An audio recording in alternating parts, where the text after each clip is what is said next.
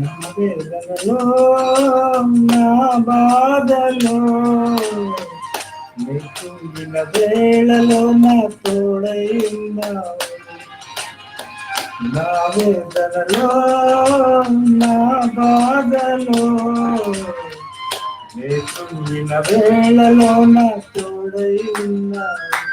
నన్ను నడిపించున యేసయ్యా, నాకు తోడై ఉండునా ప్రభువా. నన్ను నడిపించున యేసయ్యా, నాకు తోడై ఉండునా ప్రభువా. నీ కృపలేనిదే బ్రతుకలేనయ్యా.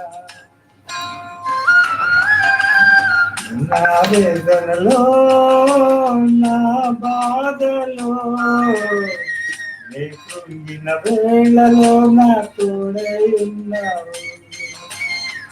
నా వేదనలో నా బాధలో నీ కృంగిన వేళలో నా తోడై ఉన్నావు.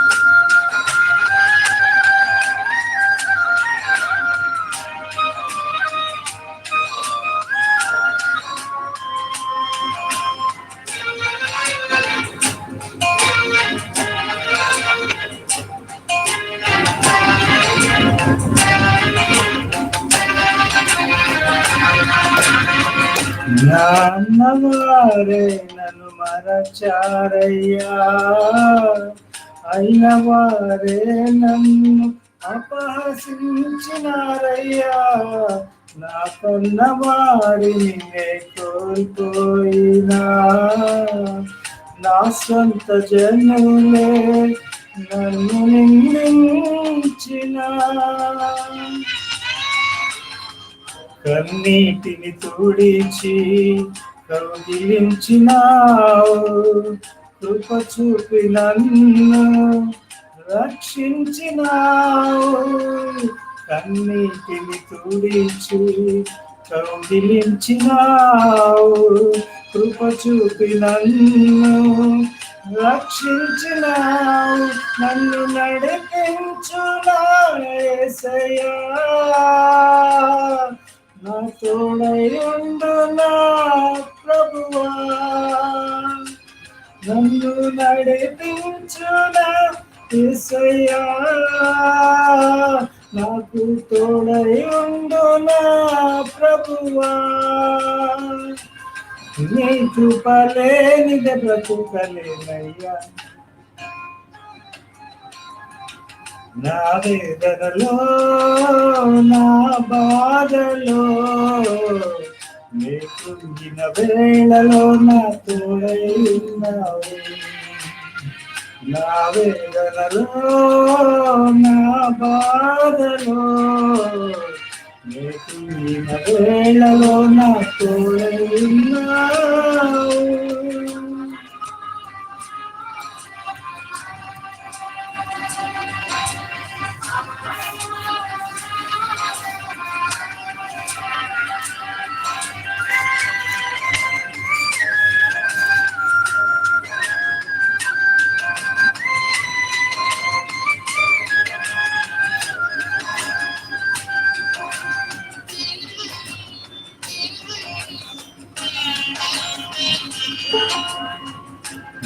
లోక శ్రమలన్నీ ఎన్న తగినవి కావని, అందునందు నా ప్రయాస వ్యర్థమే కాదని. ఇహలోక శ్రమలన్నీ ఎన్న తగినవి కావని, ప్రభునందు నా ప్రయాస వ్యర్థమే కాదని. నా మట్టుకైతే బ్రతుకుట క్రీస్తేనని చావైతే నాకది ఎంతో మేలని, నా మట్టుకైతే బ్రతుకుట క్రీస్తేనని. చావైతే అది ఎంతో మేలని, నన్ను లెత్తి నీ వైపుకే నిరీక్షణతో చూచుచున్నాను. నా కన్నులెత్తి నీ వైపుకే నిరీక్షణతో చూచుచున్నాను. నీ అందేనే బ్రతుకుచున్నాను. నా వేదనలో నా బాధలో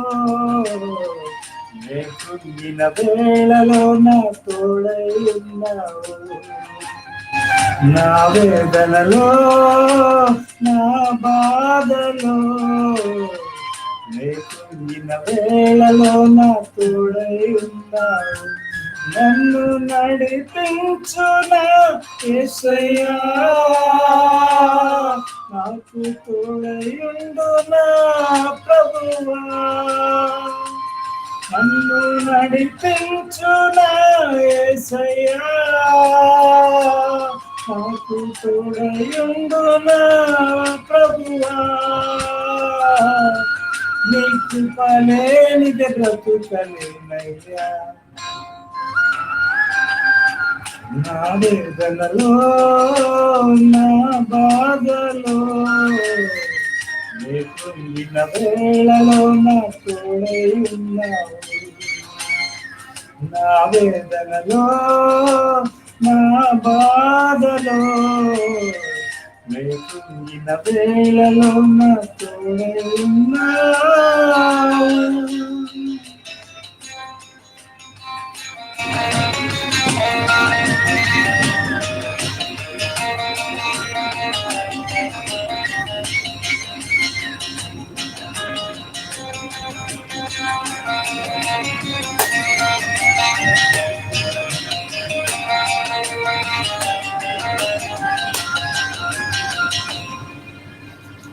మంచిది, దేవునికి స్తోత్రం.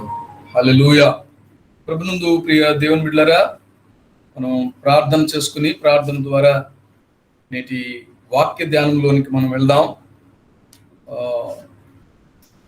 గ్రూప్లో ఉన్నటువంటి వారందరూ దయచేసి కళ్ళు మూసుకునండి. కృప కలిగిన దేవుని సన్నిధిని ఆనందించగలిగినటువంటి ఆ భాగ్యాన్ని, ధన్యతను దేవుడు మనకు అనుగ్రహించి ఉండగా, సజీవుడైన దేవునితో ఆయన మాట నీతోనూ నాతోనూ ఆయన మాట్లాడాలి అని ఆశపడుతుండగా లేఖనం సెలవిస్తుంది, ఆయన వాక్యములు వెల్లడి అగుట తోడనే వెలుగు కలుగును అని.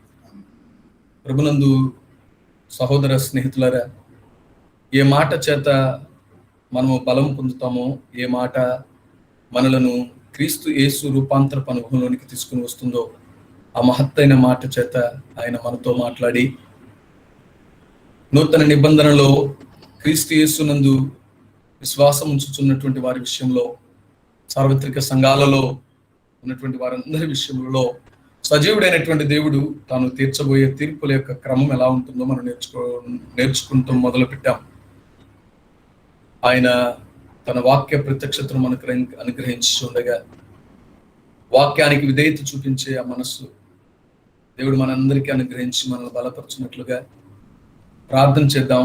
మనఃపూర్వకంగా ఎవరికి వారమే ప్రభా నాతో మాట్లాడు అంటూ ఎవరికి వారే వ్యక్తిగతంగా మన ప్రార్థనలో దేవుని సన్నిధిని ప్రార్థన చేద్దాం.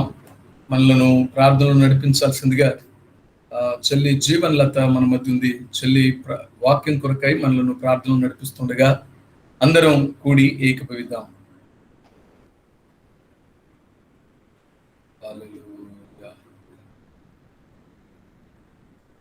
దైవమా మీకు స్తోత్రం.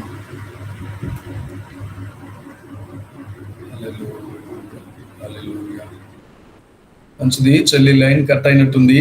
తమ్ముడు యేసుపాదం మన మధ్య ఉన్నాడు. కోటిపల్లి ప్రాంతంలో ఉండి తమ్ముడు యేసుపాదం మన మధ్య ఉన్నాడు. తమ్ముడు ప్రార్థన నడిపించాల్సిందిగా ప్రభు పేరిట తమ్ముడు యేసుపాదాన్ని కోరుతున్నాను. తమ్ముడు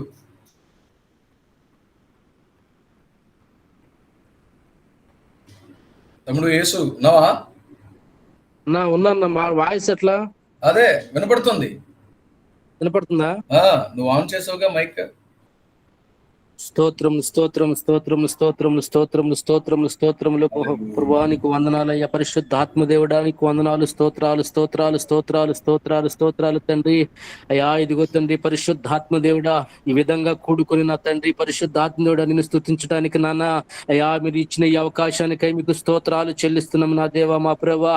పరిశుద్ధాత్మదేవుడా మీకు వందనాలయ్యా. అయ్యా ఇదిగో తండ్రి పరిశుద్ధాత్మదేవుడా, ఎన్నిక లేనటువంటి వారిమయ్యా, ఎందుకు కొరగానటువంటి వారిమయ్యా నీకు స్తోత్రాలు చెల్లిస్తున్నామయ్యా. అయ్యా నీ కుమారుడు ప్రేమ చేత మమ్మల్ని ప్రేమించిన తండ్రి అయ్యా ఇదిగో తండ్రి పరిశుద్ధాత్మ దేవుడానికి వందనాలు స్తోత్రాలు చెల్లిస్తున్నామయ్యా. ఆత్మదేవుడా మమ్మల్ని మీరు బలపరచండి అయ్యా. ఈ సాయంకాల సమయంలో నా తండ్రి పరిశుద్ధ ఆత్మదేవుడా అయ్యా ఇదిగో తండ్రి ఆత్మదేవుడా ఇలాగున కూడుకొని నా తండ్రి అయ్యా నిన్ను ఆరాధించే భాగ్యం మాకు అనుగ్రహించినందుకై నీకు స్తోత్రాలు చెల్లిస్తున్నామయ్యా. అయ్యా ఇదిగో తండ్రి ఇప్పుడు దాకా పాడిన పాటల్లో మాకు మీరు తోడై ఉన్నారు ప్రభా. అందుని బట్టి మీకు వందనాలు స్తోత్రాలు కృతజ్ఞతాస్తుతులు చెల్లిస్తున్నామయ్యా. అయ్యా నిలబడుతున్న నీ దాసులను ప్రభా మీరు అభిషేకించి వాడుకోండి అయ్యా. నీ ఆత్మ చేత మీరు నింపండి ప్రభా. అయ్యా ఇదిగో తండ్రి మాకు కావలసిన మాటలు మీరు అందించమని ప్రార్థన చేస్తున్నాం తండ్రి. నీకు స్తోత్రాలు చెల్లిస్తున్నామయ్యా. ఈ దాసుడు మాట్లాడుచూ ఉండగా ప్రభా వినగలిగిన చెవులను మాకు ఇవ్వండి అయ్యా. గ్రహించగలిగిన ఆత్మను మాకు దయచేయమని ప్రార్థిస్తున్నాం నా దేవా నా ప్రభా. అయ్యా నీ దాసులు మీరు బలపరిచిన ప్రభా, మాతోను చేరుకుడిన ప్రతి ఒక్కరితోనూ మీరు మాట్లాడమని ప్రార్థన చేస్తున్నాం అయ్యా. అయ్యా నీ దాసుడు నోట నుండి నా తండ్రి అయ్యా మాకు ఏ మాటలు అవసరమో నా తండ్రి మీరు మాట్లాడమని ప్రార్థన చేస్తున్నాం దేవానికి స్తోత్రాలు ప్రభా. అయ్యా ఎన్నమట్టి వారికి విని తండ్రి అయ్యా వాటిని గ్రహించే వారికి కాకుండా ప్రభా అయ్యా వాటిని గ్రహించేవారుగా మాకు దయచేయమని ప్రార్థన చేస్తున్నాం ప్రభా. విని వదిలేసేవారుగా మేము ఉండకూడదు ప్రభా. అయ్యా మా ఆత్మీయ జీవితాలు మేము కట్టుకోవాలి ప్రభా. నీకు స్తోత్రాలు చెల్లిస్తున్నాం అయ్యా. ఎందుకంటే ఈ దుర్దినాలు ప్రభా అయ్యా ఇది రాకడ దినాల్లో ప్రభా నీకు స్తోత్రాలు. మమ్మల్ని బ్రతికించేది నీ వాక్యమైన తండ్రి అయ్యా, మమ్మల్ని బ్రతికించేది నీ మాటే ప్రభా. అయ్యా అటువంటి మాటల ప్రభా అయ్యా ఇదిగో తండ్రి విని వదిలేసేవారుగా కాకనా తండ్రి అయ్యా విని దాని ప్రకారంగా నడుచుకునే వారిగా అయ్యా ఇదిగో తండ్రి మాకు సహాయం అనుగ్రహించమని ప్రార్థన చేస్తున్నా దేవా నా ప్రభా. అయ్యా నిలబడుతున్న దాసులు ఎడంతల ఆత్మ అభిషేకముల చేత నింపి బలపరిచి వాడుకొని మన యేసు నామములో ప్రార్థించి స్తుతించి అడిగి వేడుకుంటున్నాము పరమ తండ్రి. ఆమేన్ ఆమేన్. దేవునికి మహిమ కలుగును గాక. మరొక బుధవార సాయం సంధ్య వేళ ఎలాగో ప్రభు సన్నిధిలో దేవునితో సహవాసం చేయడానికి జీవాధిపతి అయిన దేవుడు మనకిచ్చిన గొప్ప అవకాశమును బట్టి జీవాధిపతి అయినటువంటి దేవుడిని స్తుతిస్తూ ఆత్మీయులు ప్రభు సన్నిధిని దైవ వాక్యాన్ని నేర్చుకోవడానికి సమీపస్తులైన మీ అందరిని బట్టి ప్రభులో ఆనందిస్తూ నా హృదయపూర్వక వందనాలు క్రీస్తు పేరిట మీకు తెలియజేస్తున్నాను. దేవుని బిడ్డలారా రండి, గడిచిన వారం మనం ప్రారంభించుకున్నాం దేవాది దేవుని తీర్పులు ఎలా ఉంటవి అనేటువంటి విషయాలను మనం ఆరంభించుకున్నాం. ఆయన సర్వాధికారం కలిగిన దేవుడు అనేటువంటి సత్యాన్ని మత్తయి సువార్త 28వ అధ్యాయం 18వ వచనాన్ని మనం ఆధారం చేసుకుని దైవ లేఖనాన్ని మనం చూస్తున్నాం. మరొకసారి ఆ మాటలు చదువుదామా? పరిశుద్ధ గ్రంథమైన బైబిల్లో నుండి మత్తయి సువార్త 18:28-18 చదవండి. అయితే యేసు వారి యొద్దకు వచ్చి పరలోకమందున భూమి మీదను నాకు సర్వాధికారము ఇయ్యబడి ఉంది. కాబట్టి మీరు వెళ్ళి సమస్త జనులను శిష్యులనుగా చేయండి. తండ్రి యొక్కయు కుమారుని యొక్కయు పరిశుద్ధాత్మ యొక్కయు నామములోనికి వారికి బాప్తిస్మం ఇచ్చుచు నేను మీకు ఏ సంగతులను ఆజ్ఞాపించానో వాటినన్నిటిని గైకొనవలెనని వారికి బోధించండి. చాలు. దేవుని బిడ్డలారా చూడండి, దైవలేఖనాన్ని మనం ఆధారం చేసుకుని గడిచిన బుధవారం దినాన మన ధ్యానాన్ని మనం ప్రారంభించాం.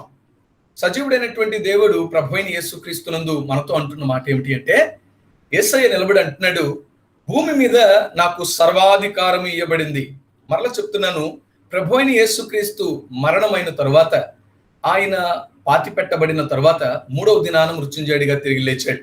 లేచినటువంటి ఆ ప్రభువైన యేసుక్రీస్తు 40 దినాలు తాను తన వారికి ప్రత్యక్షపరుచుకున్నాడు. ఈ సత్యం పరిశుద్ధ గ్రంథం బైబిల్లో మనం చూస్తున్నాం. ప్రత్యక్షపరుచుకున్నటువంటి ఆయన తండ్రి యొద్దకు పరలోక మార్గము గుండా, ఆకాశము గుండా ఆయన వెళ్ళడానికి సంసిద్ధుడైనప్పుడు తన శిష్యుల సమూహాన్ని సమకూర్చి వారితో అంటున్న మాట, నాకు భూమి మీదను పరలోకమందును సర్వ అధికారము ఇయ్యబడి ఉంది. నేను సార్వభౌముడను, సర్వాధికారము కలిగిన వాడను అంటూ దేవుడు మాట్లాడుతూ వచ్చాడు. అయితే ఆయన తన అధికారాన్ని దేని కొరకు వాడుకుంటాడు అంటే, మనం చూసాం యోహాను సువార్త 5వ అధ్యాయాన్ని ఆధారం చేసుకుని పరమ తండ్రి అయిన దేవుడు అన్న మాట ఏంటంటే, నేను నా కుమారుడైనటువంటి తండ్రి ఎవరికి తీర్పు తీర్చడు గాని తండ్రిని కనపరచున్నట్లు అందరూ కుమారుని కనపరచవలనని తీర్పు తీర్చు అధికారమును దేవుడు ఎవరికి ఇచ్చాడంట? కుమారుడైనటువంటి క్రీస్తుకు అనుగ్రహించాడు అనే లేఖనాన్ని మనం చూసాం. రైట్. తర్వాత ఆయన తీర్పులు ఎలా ఉంటాయి, ఆయన తీర్పు దేన్ని బట్టి ఆయన తీర్పు తీరుస్తాడు అనేటువంటి మాటను మనం పరిశుద్ధ గ్రంథం బైబిల్ని ఆధారం చేసుకుని చూస్తే, ఆయనకంటూ ఒక పీనల్ కోడ్ ఉంది అనేటువంటి విషయాన్ని మనం చూసాం. తర్వాత ప్రాముఖ్యమైన సత్యం ఏంటంటే, ఆయన తీర్పు తీర్చే దేవుడిగా ఉంటే తన తీర్పును ఎక్కడ ఆరంభిస్తాడు అంటే, లేఖనం అన్నటువంటి ఆధ్యాత్మిక సత్యం ఏంటంటే, ఆయన తన తీర్పులు అన్నట తన ఇంటి వారి దగ్గరే, అంటే ఆయన యందు విశ్వాసం ఉంచిన వారి దగ్గరే ఆరంభిస్తాడు. అందుకే క్రిందటి వారంలో మొదటి తీర్పును గురించి మనం వింటూ వచ్చినప్పుడు, ఆయన ఏంటి, ఆయన తీర్పు తీర్చడానికి బేస్, ఆధారం, ఆయనకు ఏ రూల్ను బట్టి కదండి, ఏ పీనల్ కోడ్ను బట్టి ఆయన తీర్పు తీరుస్తాడు అని అంటే, బైబిల్ చెప్పినటువంటి మాట ఏమిటంటే, వాక్యమే ఆయనకున్న పీనల్ కోడ్. జీవము కలిగిన దేవుని మాటే ఆయన వాడే పీనల్ కోడ్. ఆ మాటలను బట్టి ఆయన ఎలా తీర్పు తీస్తాడు, ఏ వాక్యాన్ని బట్టి జీవాధిపతి అయినటువంటి దేవుడు తీర్పు తీరుస్తాడు అంటే, మొదటి తీర్పును మనం చూసాం రోమాపత్రిక 2వ అధ్యాయాన్ని ఆధారం చేసుకుని. నేను మీకు జ్ఞాపకం చేశాను, రోమాపత్రిక 2వ అధ్యాయాన్ని ఆధారం చేసుకుని ఇంచుమించు 7 రకాల తీర్పులను మనం పరిశుద్ధ గ్రంథమైనటువంటి బైబిల్లోని ఆ రోమాపత్రికలో దేవుడు తీర్చే ఆ తీర్పులను చూస్తూ వస్తున్నాం. మొదటి తీర్పు ఏమిట్రా అంటే, రోమాపత్రిక 2వ అధ్యాయం 2వ వచనంలో రాస్తూ, దేన్ని బట్టి ఆయన మనల్ని తీర్పు తీరుస్తాడు అంటేనంట, సత్యమును అనుసరించి. ఏమండి, అక్కడే అన్నాడు, దేవుని తీర్పు సత్యమును అనుసరించిందే. సత్యము అనగా యోహాను సువార్త 17:17లో మనం చూసాం, ప్రభు అయిన యేసుక్రీస్తు తన తండ్రి అయిన దేవునికి ప్రార్థన చేస్తూ ఆయన చేసిన విజ్ఞాపన ఏమిటి అంటే, తండ్రి సత్యమందు వీరిని ప్రతిష్ఠ చేయము, నీ వాక్యమే సత్యము అన్నాడు. సో వాక్యమును ఆధారం చేసుకుని ప్రభు అయిన యేసుక్రీస్తు ఆ న్యాయపీఠము నుండి ఆయన తీర్పు తీరుస్తాడు. ఇది మొదటి పీనల్ కోడ్. వాక్యాన్ని ఆధారం చేసుకుని ఎలా తీర్పు తీరుస్తాడో మనం చూసాం. వాక్యం మన జీవితాలకు, ఏమండి, వాక్యం మన దాకా వచ్చినప్పుడు దేవుడు ఆశించేది ఏంట్రా అంటే, మనలో విశ్వాసాన్ని పెంపొందించాలి, ఆ తర్వాత మనలో స్థిరమైనటువంటి జీవితాన్ని ఇవ్వాలి, ఆ తర్వాత జయమును మనకు అనుగ్రహించేదిగా వాక్యం మనకు తోడ్పడుతుందని లేఖనం చూసాం. ఆ తర్వాత మనలను తెప్పరిల్ల చేస్తుంది దైవ వాక్యం అని చూసాం. ఆ తర్వాత అది బుద్ధిహీనులమైనటువంటి మనకు జ్ఞానాన్ని, బుద్ధిని కలుగు చేస్తుంది. అవి మన జీవితాల్లో జరగనప్పుడు వాక్యాన్ని వింటున్నా కూడా ఇంకా బుద్ధిమాందులుగా, బుద్ధిహీనులుగానే మనం ఉంటా ఉంటే, వాక్యాన్ని వింటున్నా కూడా శ్రమ దినాలు మనం కృంగిపోతూ ఉంటే, బలహీనతలో తెప్పరిల్లే అనుభవం మన జీవితాల్లో లేకపోతే, ప్రభునందు దేవుని బిడ్డరా, వాక్యాన్ని వింటున్నా గానీ మన బలహీనతను ఏమండి ప్రక్కన పెట్టి దేవునిలో స్థిరమైనటువంటి అనుభవాల్లోనికి మనం రాకపోతే, వాక్యాన్ని వింటున్నా గానీ ఆ వాక్యం ద్వారా మన విశ్వాసం బలపరచబడకపోతే, వాటిని, ఆ వాక్యాన్ని ఆధారం చేసుకుని ప్రభు అయిన దేవుడు తీర్పు తీరుస్తాడు. ఒక మంచి ఉదాహరణ చెప్పనా? అప్పుడు కూడా జ్ఞాపకం చేస్తాను, ఇప్పుడు జ్ఞాపకం చేస్తున్నాను. ఆయన బెత్సయిదా, కొరజీనా అనేటువంటి ప్రాంతాల మీదుగా వెళుతూ ఆ ప్రాంతాలను చూస్తున్నాడు. అయ్యో బెత్సయిదా, అయ్యో కొరాజీనా, మీకు నేను ప్రకటించినటువంటి ఈ సత్య స్వార్థన గనక, ఈ పరలోక రాజ్య స్వార్థన గనక, దేవుని రాజ్యపు ఈ స్వార్థనే నేను ఆ దినాన నా ప్రవక్తల ద్వారా సొదొమ గొమొర్రాలకు ప్రకటించుంటే వారు ఈ పాటికే రక్షణలోనికి వచ్చేవాళ్ళు అన్నాడండి. అంటూ అంత్య దినాలలో కొరజీనా, బెత్సయిదా, నీ గతి ఓర్వ తగనిదిగా ఉంటుంది అని మాట్లాడాడు.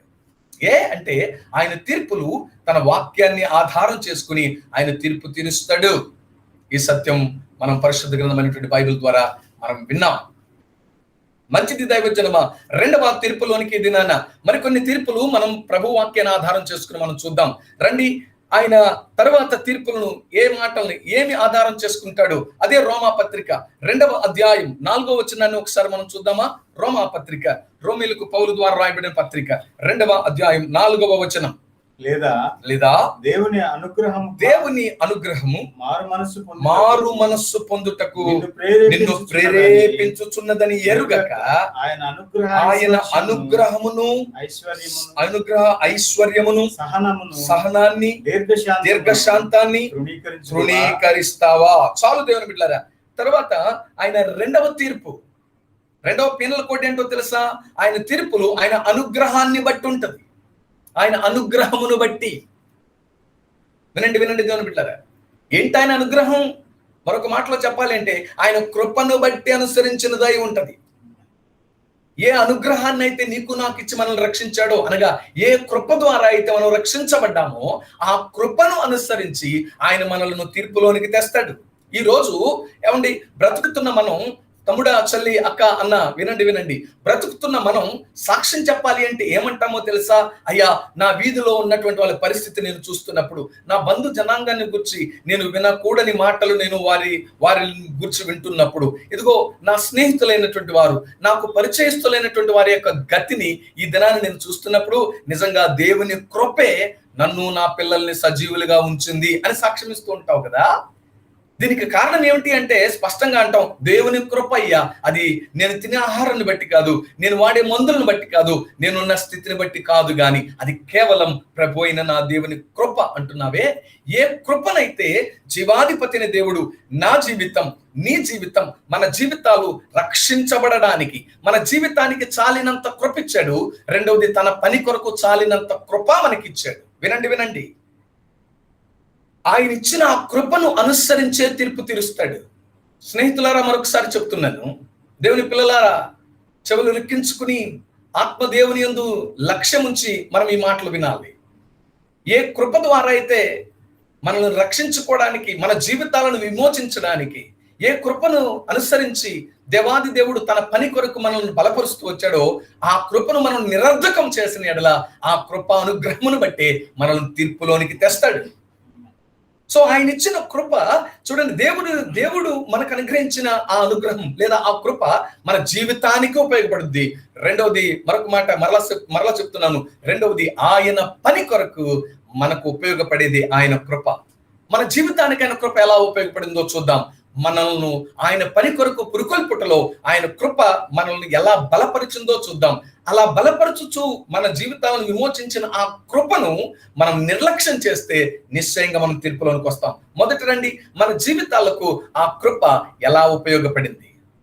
మన జీవితాలను ఉద్ధరించే విషయంలో ప్రభు అయిన క్రీస్తు యేసుని కృప మన జీవితాలకు ఎలా ఉపయోగపడింది? ఓ మాట పరిశుద్ధ గ్రంథమైనటువంటి బైబిల్లోంచి మనందరికీ తెలిసిన మాటే. అపోస్తలుడైనటువంటి పౌలు ఎఫెసీయులకు రాస్తున్న పత్రిక 2వ అధ్యాయం 8వ వచనములో అంటున్న మాట ఏంటో తెలుసా?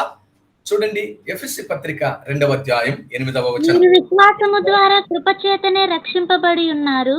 మీరు చూడండి, వింటున్న మనతో అపోస్తలుడైన పౌలు ద్వారా పరిశుద్ధాత్ముడు అంటున్న మాట ఏంటంటే, పిల్లలారా వినండి, మీరు కృప ద్వారా, అంటే మీరు విశ్వాసము ద్వారా, ఎలాగంటే కృప చేతనే, ఎంత చక్కని మాట, మీరు విశ్వాసము ద్వారా కృప చేతనే రక్షింపబడి ఉన్నారు. ఇది మీ వలన కలిగినది కాదు, దేవుని వరమే. అది క్రియల వలన కలిగినది కాదు గనక ఎవడును అతిశయపడ వీలు లేదు. మన జీవితాలకు దేవుడిచ్చిన అనుగ్రహం వల్ల మనకు కలిగినది ఏంటో తెలుసా? రక్షణ. ఆమేన్. మనము విశ్వాసము ద్వారా కృప చేతనే రక్షించబడ్డాం. అంటే మన జీవితాలకు ఆ కృప చేసిన గొప్ప కార్యం ఏంటో తెలుసా? రక్షణ అనే గొప్ప కార్యాన్ని చేసిందండి మన జీవితానికి. సో మన జీవితాలను పాపపు కూపములో నుండి, ఇదే ఎఫెసీ పత్రిక 2:1 మనం చూస్తే, మీ అపరాధముల చేతను మీ పాపముల చేతను మీరు చచ్చిన వారు. పరిశుద్ధాత్ముడు ఎవరికి వానితోనే మాట్లాడుతూ అంటున్నాడు, అయ్యా నీ అపరాధం, అయ్యలారా అమ్మలారా, మీ అపరాధాలరా, మీ అపరాధాల చేత మీ పాపాల చేత మీరు చచ్చిన వారై ఉండగా ఆయన మనలను క్రీస్తు ద్వారా బ్రతికించాడు. అంటే క్రీస్తు ద్వారా మనకు అనుగ్రహింపబడిన కృపది. సో మన జీవితాలకు కృప చూపినటువంటి, కృప చేసిన మొట్టమొదటి గొప్ప కార్యం ఏమిటో తెలుసా? మనలను రక్షణలోనికి నడిపించింది. సరే, జీవితాలకు ఆ కృప మరలా ఎలా తోడ్పడుతుంది? ఒకటి, రక్షణలోనికి ఇచ్చి మనలను ఏమండి స్థిరపరచు, క్రీస్తునందు మనము ఆయన వారము అని స్థిరపరచబడినట్లుగా ఎరిగి బ్రతుకున్నట్లుగా రక్షణ అనేది మనకి ఇచ్చింది. ఒక మాట చెప్తాను, అది అనుగ్రహమే రక్షణ. సొమ్ము పెడితే వచ్చేది కాదు రక్షణ, దేవుని బిడ్డలారా. ఒకడు అందమైన, అందరూ మెచ్చుకోదగినటువంటి ఇల్లు కావాలి అంటే సొమ్ము పెట్టి కొనుక్కోవాలి, వెల పెట్టి కొనుక్కోవాలి, వెల చెల్లించి కట్టుకోవాలి. కానీ నువ్వు ఎంత వెల చెల్లించినా, నువ్వు ఎన్ని విలువైనవి అనుకుంటున్న వాటిని నువ్వు అర్పించినా రక్షణ నీకు దొరకదు. రక్షణ ఉచితమే, ఇది వరము అని దేవుని వాక్యం సెలవిస్తుంది. అందుకే కృప అనే మాట వాడాను దేవుని బిడ్డలారా. సో వరమైనటువంటి రక్షణ మన జీవితానికి దేవుడు అనుగ్రహించాడు. రెండవది ఏంటో తెలుసా? మన జీవితాలకు ఆ కృప ద్వారా పొందుకున్న రెండవ ఆశీర్వాదం ఏమిటంటే, పౌలు తిమోతికి రాస్తూ 2వ పత్రిక 2వ అధ్యాయం 1వ వచనం చదవండి. నా కుమారుడా, క్రీస్తు యేసునందున్న కృప చేత బలవంతుడవు కమ్ము. చూడండి దేవుని బిడ్డలారా, కృప మన జీవితాలకు అనుగ్రహించబడే రెండవ అద్భుతం. కృప ద్వారా మన జీవితాలు పొందుకునే రెండవ క్షేమాధారమైనటువంటి ఉపయోగం ఏంటో తెలుసా? అది మన జీవితాలను క్రీస్తు కొరకు బలపరుస్తుంది. ఆమేన్. నా కుమారుడ, క్రీస్తు యేసునందలి కృప చేత బలవంతుడు కమ్ము. ఎందుకా బలం? మన పక్కన ఉన్న వాళ్ళతో పోట్లాడడానికా? ఆ కృప మనల్ని బలవంతులుగా చేసింది. మనం వీధిలో నిలబడగానే వీధిలో వాళ్ళంతా మనం చూసి వణకాలనా? ఆ బలం కాదు. పౌలు ద్వారా తిమోతితో పరిశుద్ధాత్ముడు మాట్లాడుతుంది. ఏ బలమును కృప ద్వారా నీవు పొందుకున్నావో తెలుసా? ఏ రక్షణ అయితే కృప నీకు ఇచ్చిందో ఆ రక్షణ అనే పాత్రను చేతపట్టుకుని బలహీనులైనటువంటి వారి మధ్య సంచరించుటకు, బలహీనుడినైన నాకు, బలహీనులైన మనకు దేవుడు ఇచ్చిన కృపే ఫలం. దేవునికి స్తోత్రం కలుగును గాక. ఆ కృప ద్వారా మన జీవితాలకు అనుగ్రహించబడిన రెండవ ఆశీర్వాదకరమైనటువంటి మేలుకరమైన కార్యం ఏమిటి అంటే, ఆ కృప మనలను బలపరిచింది. ఒకప్పుడు బలహీనులమైన మనల్ని బలపరచగా, నోరు పెగలని మన జీవితాలు, ఎదుటివాడితో మాట్లాడలేని మన బ్రతుకులు ఇప్పుడు ఘంటాపదంగా యేసే రక్షకుడురా అని ప్రకటించ సామర్థ్యం కలిగిన శక్తిని ఆ కృప ఇచ్చింది. తిమోతితో పౌలు అంటున్నాడు, తిమోతి 1వ అధ్యాయంలో మనం కిందకు చూస్తే అక్కడ అంటాడు, పిరికితనము కలిగినటువంటి ఆత్మను మనకి లేదు ఆయన, శక్తియు ఇంద్రియ నిగ్రహము కలిగిన ఆత్మని ఇచ్చాడు. అంటే కొంత జంకు, కొంత భయం సహజంగా మనలో ఉన్నట్టుగానే తిమోతిలో కూడా ఉండగా పరిశుద్ధాత్ముడు తిమోతిని పౌలు ద్వారా ప్రేరేపిస్తూ ఆత్మవాక్యము ద్వారా బలపరుస్తూ అన్నాడు, నా కుమారుడా, నా కృప చేత నువ్వు బలవంతుడు కావాలి. అంటే మన జీవితాలకు కృప ద్వారా అనుగ్రహించబడే రెండవ గొప్ప ఆశీర్వాదం దేవుని బలం. ఒకటి, దేవుని రక్షణ క్రీస్తు యేసునందు మనం పొందుకున్నాం. అది సొమ్ము చెల్లిస్తే వచ్చేది కాదు, అది ఒకరిని జ్ఞానాన్ని బట్టి దొరికేది కాదు. దేవుని బిడ్డలారా, ఒకడు లోకాన్నంతటిని సంపాదించుకుని లోకపు సంపాదన అంతా తీసుకొచ్చి ప్రభు పాదాల దగ్గర పెడితే దొరికేది కాదండి రక్షణ. అది అనుగ్రహమును బట్టి ఇవ్వబడింది, అది కృప అంటాం దాన్ని. సో కృప మన జీవితాలకు చేసిన మొదటి కార్యం రక్షణ. ఆ కృప మన జీవితాలకు చేసిన రెండవ ఘనమైన కార్యం, క్రీస్తు యేసు నందు మనము బలపరచబడినట్లుగా, బలము మనం క్రీస్తునందు పొందుకుని బలాఢ్యుడైన ఆయనను ప్రకటించాలి అంటే నా బలం చాలదు. ఆయన మాటను ప్రకటించాలి, ఆయన రాజ్యాన్ని ప్రకటించాలంటే ఆయన బలమే కావాలి. పని ఆయనది, పనిముట్టు ఆయనదే, పనికి బలము ఆయనదై ఉండాలి. ఆమేన్. ఇది రెండవ ఆలోచన. రండి, ఆ కృప మన జీవితాలకు చేసిన మరొక మహోన్నతమైనటువంటి కార్యం ఏమిట్రా అంటే, అక్కడ రాస్తాడు, శోధనలో, ఇరుకులో మనం ఉన్నప్పుడు ఓర్పు. కృప ద్వారే కదండి, ఆ కృప ద్వారానే మనం ఓర్పు కలిగి ఉంటాము అని లేఖనం సెలవిస్తుంది. దేవుని బిడ్డలారా, చూస్తారా ఆ మాట? పౌలు అపొస్తలుడైనటువంటి పేతురు తన పత్రికలో రాస్తూ ఓ చక్కని మాట అక్కడ జ్ఞాపకం చేస్తున్నాడు. చూడండి దేవుని బిడ్డలారా, 2వ పత్రిక 1వ అధ్యాయం 5వ వచనం నుంచి చూస్తే అక్కడ అంటాడు, ఆ హేతువు చేత మీ మట్టుకు మీరు పూర్ణ జాగ్రత్త గలవారై మీ విశ్వాసమునందు సద్గుణమును, సద్గుణమునందు జ్ఞానమును, జ్ఞానమునందు ఆశా నిగ్రహమును, ఆశా నిగ్రహమునందు సహనమును, సహనమునందు భక్తిని, భక్తి యందు సహోదర ప్రేమను, సహోదర ప్రేమ యందు దయను అమర్చుకుని ఇవి మీకు కలిగి విస్తరించిన ఎడల అవి మన ప్రభువైన యేసు క్రీస్తును గురించిన అనుభవ జ్ఞాన విషయంలో మిమ్మల్ని సోమరులైనను నిష్ఫలులైనను కాకుండా చేస్తుంది. అలాగే మనం పైన కనుక వెళితే అక్కడ అంటాడు, దేవుని అనుగ్రహము వలన మనకు అనుగ్రహించబడింది అన్నట్లుగా మాట్లాడతాడు. కనుక ప్రభునందు ప్రియమైనటువంటి దేవుని బిడ్డలారా, మనం ఆలోచన చేస్తే ఆయన కృపను బట్టి మనం పొందుకున్నది ఏమిటో తెలుసా? మూడవది, శోధనలో, ఇరుకులో ఓర్పు కలిగి, ఓర్పు పుట్టించే శీలాన్ని పొందుకోగలిగిన కృప దేవుడు మనకు అనుగ్రహిస్తాడు. దేవుని బిడ్డలారా, ఏమండి, అక్కడనే కాదు, మనం చదువుకున్న తిమోతి 2వ పత్రిక 2వ అధ్యాయం కిందకు చూస్తే కూడా అక్కడ రాస్తాడు, నీవు అనేక సాక్షులు ఎదుట నా వలన వినిన సంగతులను ఇతరులకు బోధించుటకు సామర్థ్యము గల నమ్మకమైన మనుషులకు అప్పగించు. అది నీ జీవితంలో జరగడానికి. ఏమండి, శ్రమలు ఎదురవుతాయ్యా, అటువంటి విషయంలో శ్రమలను, ఇరుకుల్లోను నువ్వు ఓర్పు కలిగి బ్రతుకుటానికి కృప మనకు సహాయం చేస్తుంది. దేవునికి స్తోత్రం కలుగును గాక. జీవితానికి, మన జీవితాలకు కృప ద్వారా దేవుడు చేసే గొప్ప కార్యం ఏంటంటే, మొదటిది రక్షణ, రెండవది దేవుని బలం, మూడవది శ్రమలలో ఓర్పును సహనమును కలిగినటువంటి వారమై ఏమండి మనం శీలాన్ని, సౌశల్యాన్ని కాపాడుకోగలిగిన కృప ఇస్తారు. సో ఆ కృపను వాడుకుని రక్షించబడి బలముతో ఓర్పు కలిగి బ్రతకాలి, లేకపోతే మనం తీర్పులోనికి వస్తాం. ఈ సత్యం మనం గమనించాలి. ఏ కృపనైతే మనం రక్షణ కొరికిచ్చాడో, ఏ కృప అయితే మనల్ని బలపరచడానికి దేవుడు అనుగ్రహించాడో, ఏ కృప అనుగ్రహము ద్వారా ఏమండి మనం ఓర్పు కలిగి బ్రతకాలి అని దేవుడు మన యందు ఆ కృపను కనపరచాడో, ఆ కృపను వాడుకుని రక్షించబడి, ఆ కృపను వాడుకుని బలముతో నింపబడి, ఆ కృపను వాడుకుని ఓర్పు కలిగిన వారమై బ్రతకాలి, లేకపోతే దాని విషయమై మనల్ని తీర్పులోనికి తెస్తాడు. రెండవ ఆలోచన, ఆ కృప ద్వారా, ఆ కృప ఒకటి మన జీవితాలకు ఎలా తోడ్పడుతుందో చెప్పాను. రెండవది, ఆ కృప ద్వారా దేవుడు తన పని కొరకు మనల్ని ఎలా బలపరుస్తాడో చెప్తాను. ఆ కృప ఆయన పనికి మనం ఉపయోగపడడానికి ఎలా మనల్ని బలపరుస్తుంది చూడండి. కొరింథీ సంఘానికి రాస్తున్న మొదటి పత్రిక 15వ అధ్యాయం 10వ వచనాన్ని చదువుదాం. కొరింథీలకు రాస్తున్న మొదటి పత్రిక 15వ అధ్యాయం 10వ వచనాన్ని చూద్దాం. దేవుని బిడ్డలారా, నేనేమై ఉన్నానో అది దేవుని కృప వలనే అయ్యున్నాను. మరియు నాకు అనుగ్రహించబడిన ఆయన కృప నిష్ఫలము కాలేదు గాని వారందరికంటే ప్రయాసపడినది నేను కాను, నాకు తోడై ఉన్న దేవుని కృపయే. ఈ మాట మనకు తెలియజేస్తున్న ఆత్మీయ సత్యం ఏమిటి అంటే, పని కొరకు ఆ కృప మనల్ని ఎలా బలపరిచిందంటే, తన సేవ చేయడానికి ఆ కృప నన్ను బలపరిచింది. ఆమేన్. వినండి, సేవకు మొట్టమొదటి అవసరమైంది దేవుని కృప. ఆయన కృప నిన్ను నన్ను దేవుని పరిచర్య చేయడానికి ప్రేరేపిస్తుంది. దేవుని బిడ్డలారా, సో ఆయన పని కొరకు ఆ కృప మనల్ని ఎలా ఉపయోగపడుతుంది అంటేనంట, దేవుని పని చేయడానికి ఆ కృప మనకు ఉపయోగపడుతుంది. రెండవ మాట చెప్తా, జాగ్రత్తగా వినండి. ఆ కృప దేవుని పని కొరకు మనల్ని ప్రేరేపిస్తూ, ఆ కృప ద్వారా మనం పొందుకునేది ఏంటో తెలుసా? దేవుని వరాన్ని పొందుకుంటాం. వినండి, ఇక్కడ ఒక మంచి మాట మీతో చెప్తాను. దేవుని బిడ్డలారా, తమ్ముని ద్వారా నేను నేర్చుకున్నది, పరిశుద్ధాత్ముడు మాకు నేర్పించిన అమూల్యమైన సత్యం ఏమిటి అంటే, వినండి, దేవుని పని, ఒక ఉదాహరణకు చెల్లి జీవనలత ఉంది మన మధ్య, అలాగే చెల్లి అనూష ఉంది.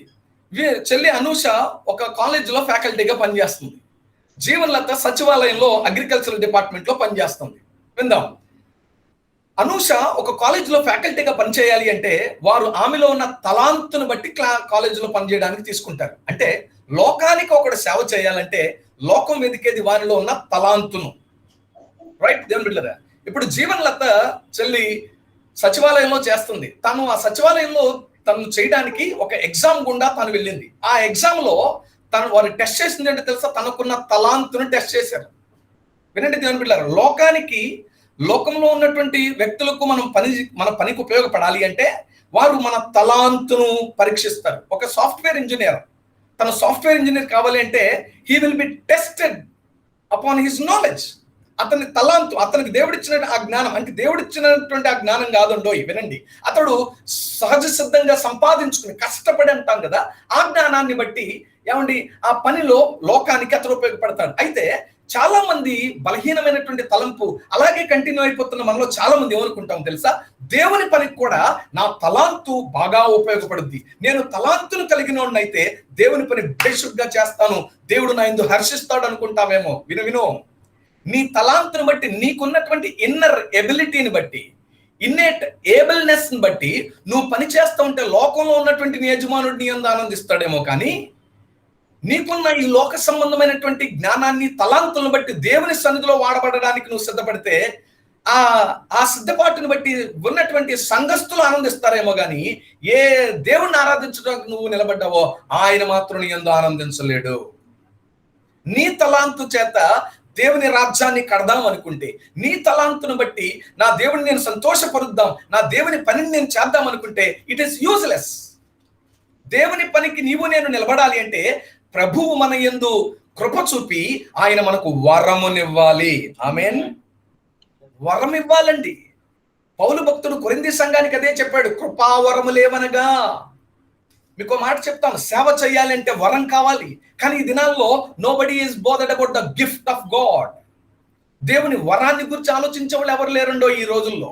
ప్రతి ఒక్కడు ఆలోచించేది ఏంటి అంటే, వినండి, నాకు వాయిద్యం వాయించే తలాంతు ఉంది, ఆ వాయిద్యం ద్వారా నేను దేవుని పరిచర్య చేసేస్తాను.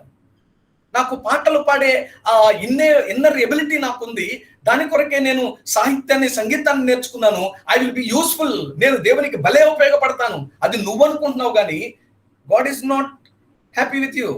నీకున్న తలాంతును బట్టి దేవుని సన్నిధిలో వాడబడదాం అనుకున్నావు, కానీ నా దేవుడు అంటాడు, నా తోటలో పని చేయడానికి నా అనుగ్రహం నొందిన వారైతే, నా పిలుపు ఉన్నవాడైతే నా తోటలో పని చేయాలి. బైబిల్లో మనం చూస్తే తోట యజమానుడు వచ్చి పిలుస్తున్నాడంట. మధ్యాహ్నం 9 గంటలు, ఉదయం 9 గంటలకు పిలిచాడు, 12 గంటలకు పిలిచాడు, మధ్యాహ్నం వేళ 3 గంటలకు పిలిచాడు, 5 గంటల వేళ కూడా పిలిచాడు. పిలిచిన వాడే తోటలో పని చేయాలి దేవుని బిడ్డలారా. బయట బోర్డు మంది పనిగాళ్ళు ఉన్నారు, పని చేయగలిగినటువంటి నైపుణ్యం కలిగిన వాళ్ళు ఉన్నారు, వాళ్ళు ఎవరు తోటలోకి జొరబడి రావడానికి వీల్లేదు. కానీ నేటి దినాల్లో జరుగుతుంది ఏంటంటే, దేవుని పని కొరకు ఏమంటే ఆయన అనుగ్రహమైనటువంటి కృపను విడిచిపెట్టేసి ఎన్నర్ టాలెంట్ ని బట్టి ముందుకు వచ్చేస్తూ ఏదో చేసేస్తాననుకుంటున్నారు. దేవుని బిడ్డలారా, మన మధ్య ఉన్నాడు తమ్ముడు. దేవుడు ఇచ్చినటువంటి గొప్ప కృప ఏంటో తెలుసా? తమ్మునికి మంచి తలాంతులు, జీవము కలిగిన దేవుడు ఇచ్చాడు. ఏమండి, మంచి ఆర్ట్, మేనమామ దగ్గర నుంచి ఇన్నర్ ఎబిలిటీగా వచ్చినటువంటి ఒక ఆర్ట్, జీన్స్ నుంచి వచ్చినటువంటి ఒక ఆర్ట్ ఏంటో తెలుసా? వాడు ఒక వ్యక్తిని అలా చూడగానే కూర్చోబెట్టి ఆ వ్యక్తిని చూస్తూనే పిక్చర్ గీసేయగలడు. రెండోది ఏంటో తెలుసు, దేవుని కొరకు ఉపయోగపడాలనే ఆశతో ఏమండి కర్ణాటక సంగీతాన్ని నేర్చుకున్నాడు, ఓకలు నేర్చుకున్నాడండి. దేవుని కొరకు అద్భుతమైనటువంటి రీతిగా నేను వర్షిప్పర్ అవ్వాలనుకున్నాడు. కానీ మీకు సంగతి చెప్పనా, తన తలాంతుని బట్టి ఏనాడు ఒకప్పుడు రక్షణకు వెలుపట ఏమండి రక్షించబడిన తర్వాత కూడా తలాంతును అభ్యసించడానికి ఇష్టపడ్డాడు, కానీ ఆ తలాంతు ద్వారా నేను దేవుడిని మహింపరచాలని ఏనాడు తమ్ముడు అనుకున్నవాడు కాదు. కానీ దేవుడు ఇచ్చిన గొప్ప భాగ్యం ఏంటంటే, వాని తలాంతులను పక్కన పెట్టాడు, ఆయన వరమునిచ్చి నేడు అద్భుతమైన రీతిలో తన కొరకు పనిచేయు సాధనముగా దేవుని సేవకుడిగా దేవుడు ప్రతిష్ఠించుకున్నాడు. దేవునికి స్తోత్రం కలుగును గాక. దేవుని పని కొరకు ఆయన పవిత్రపరిచి ప్రతిష్ఠించుకోవాలి దేవుని బిడ్డలారా మనల్ని.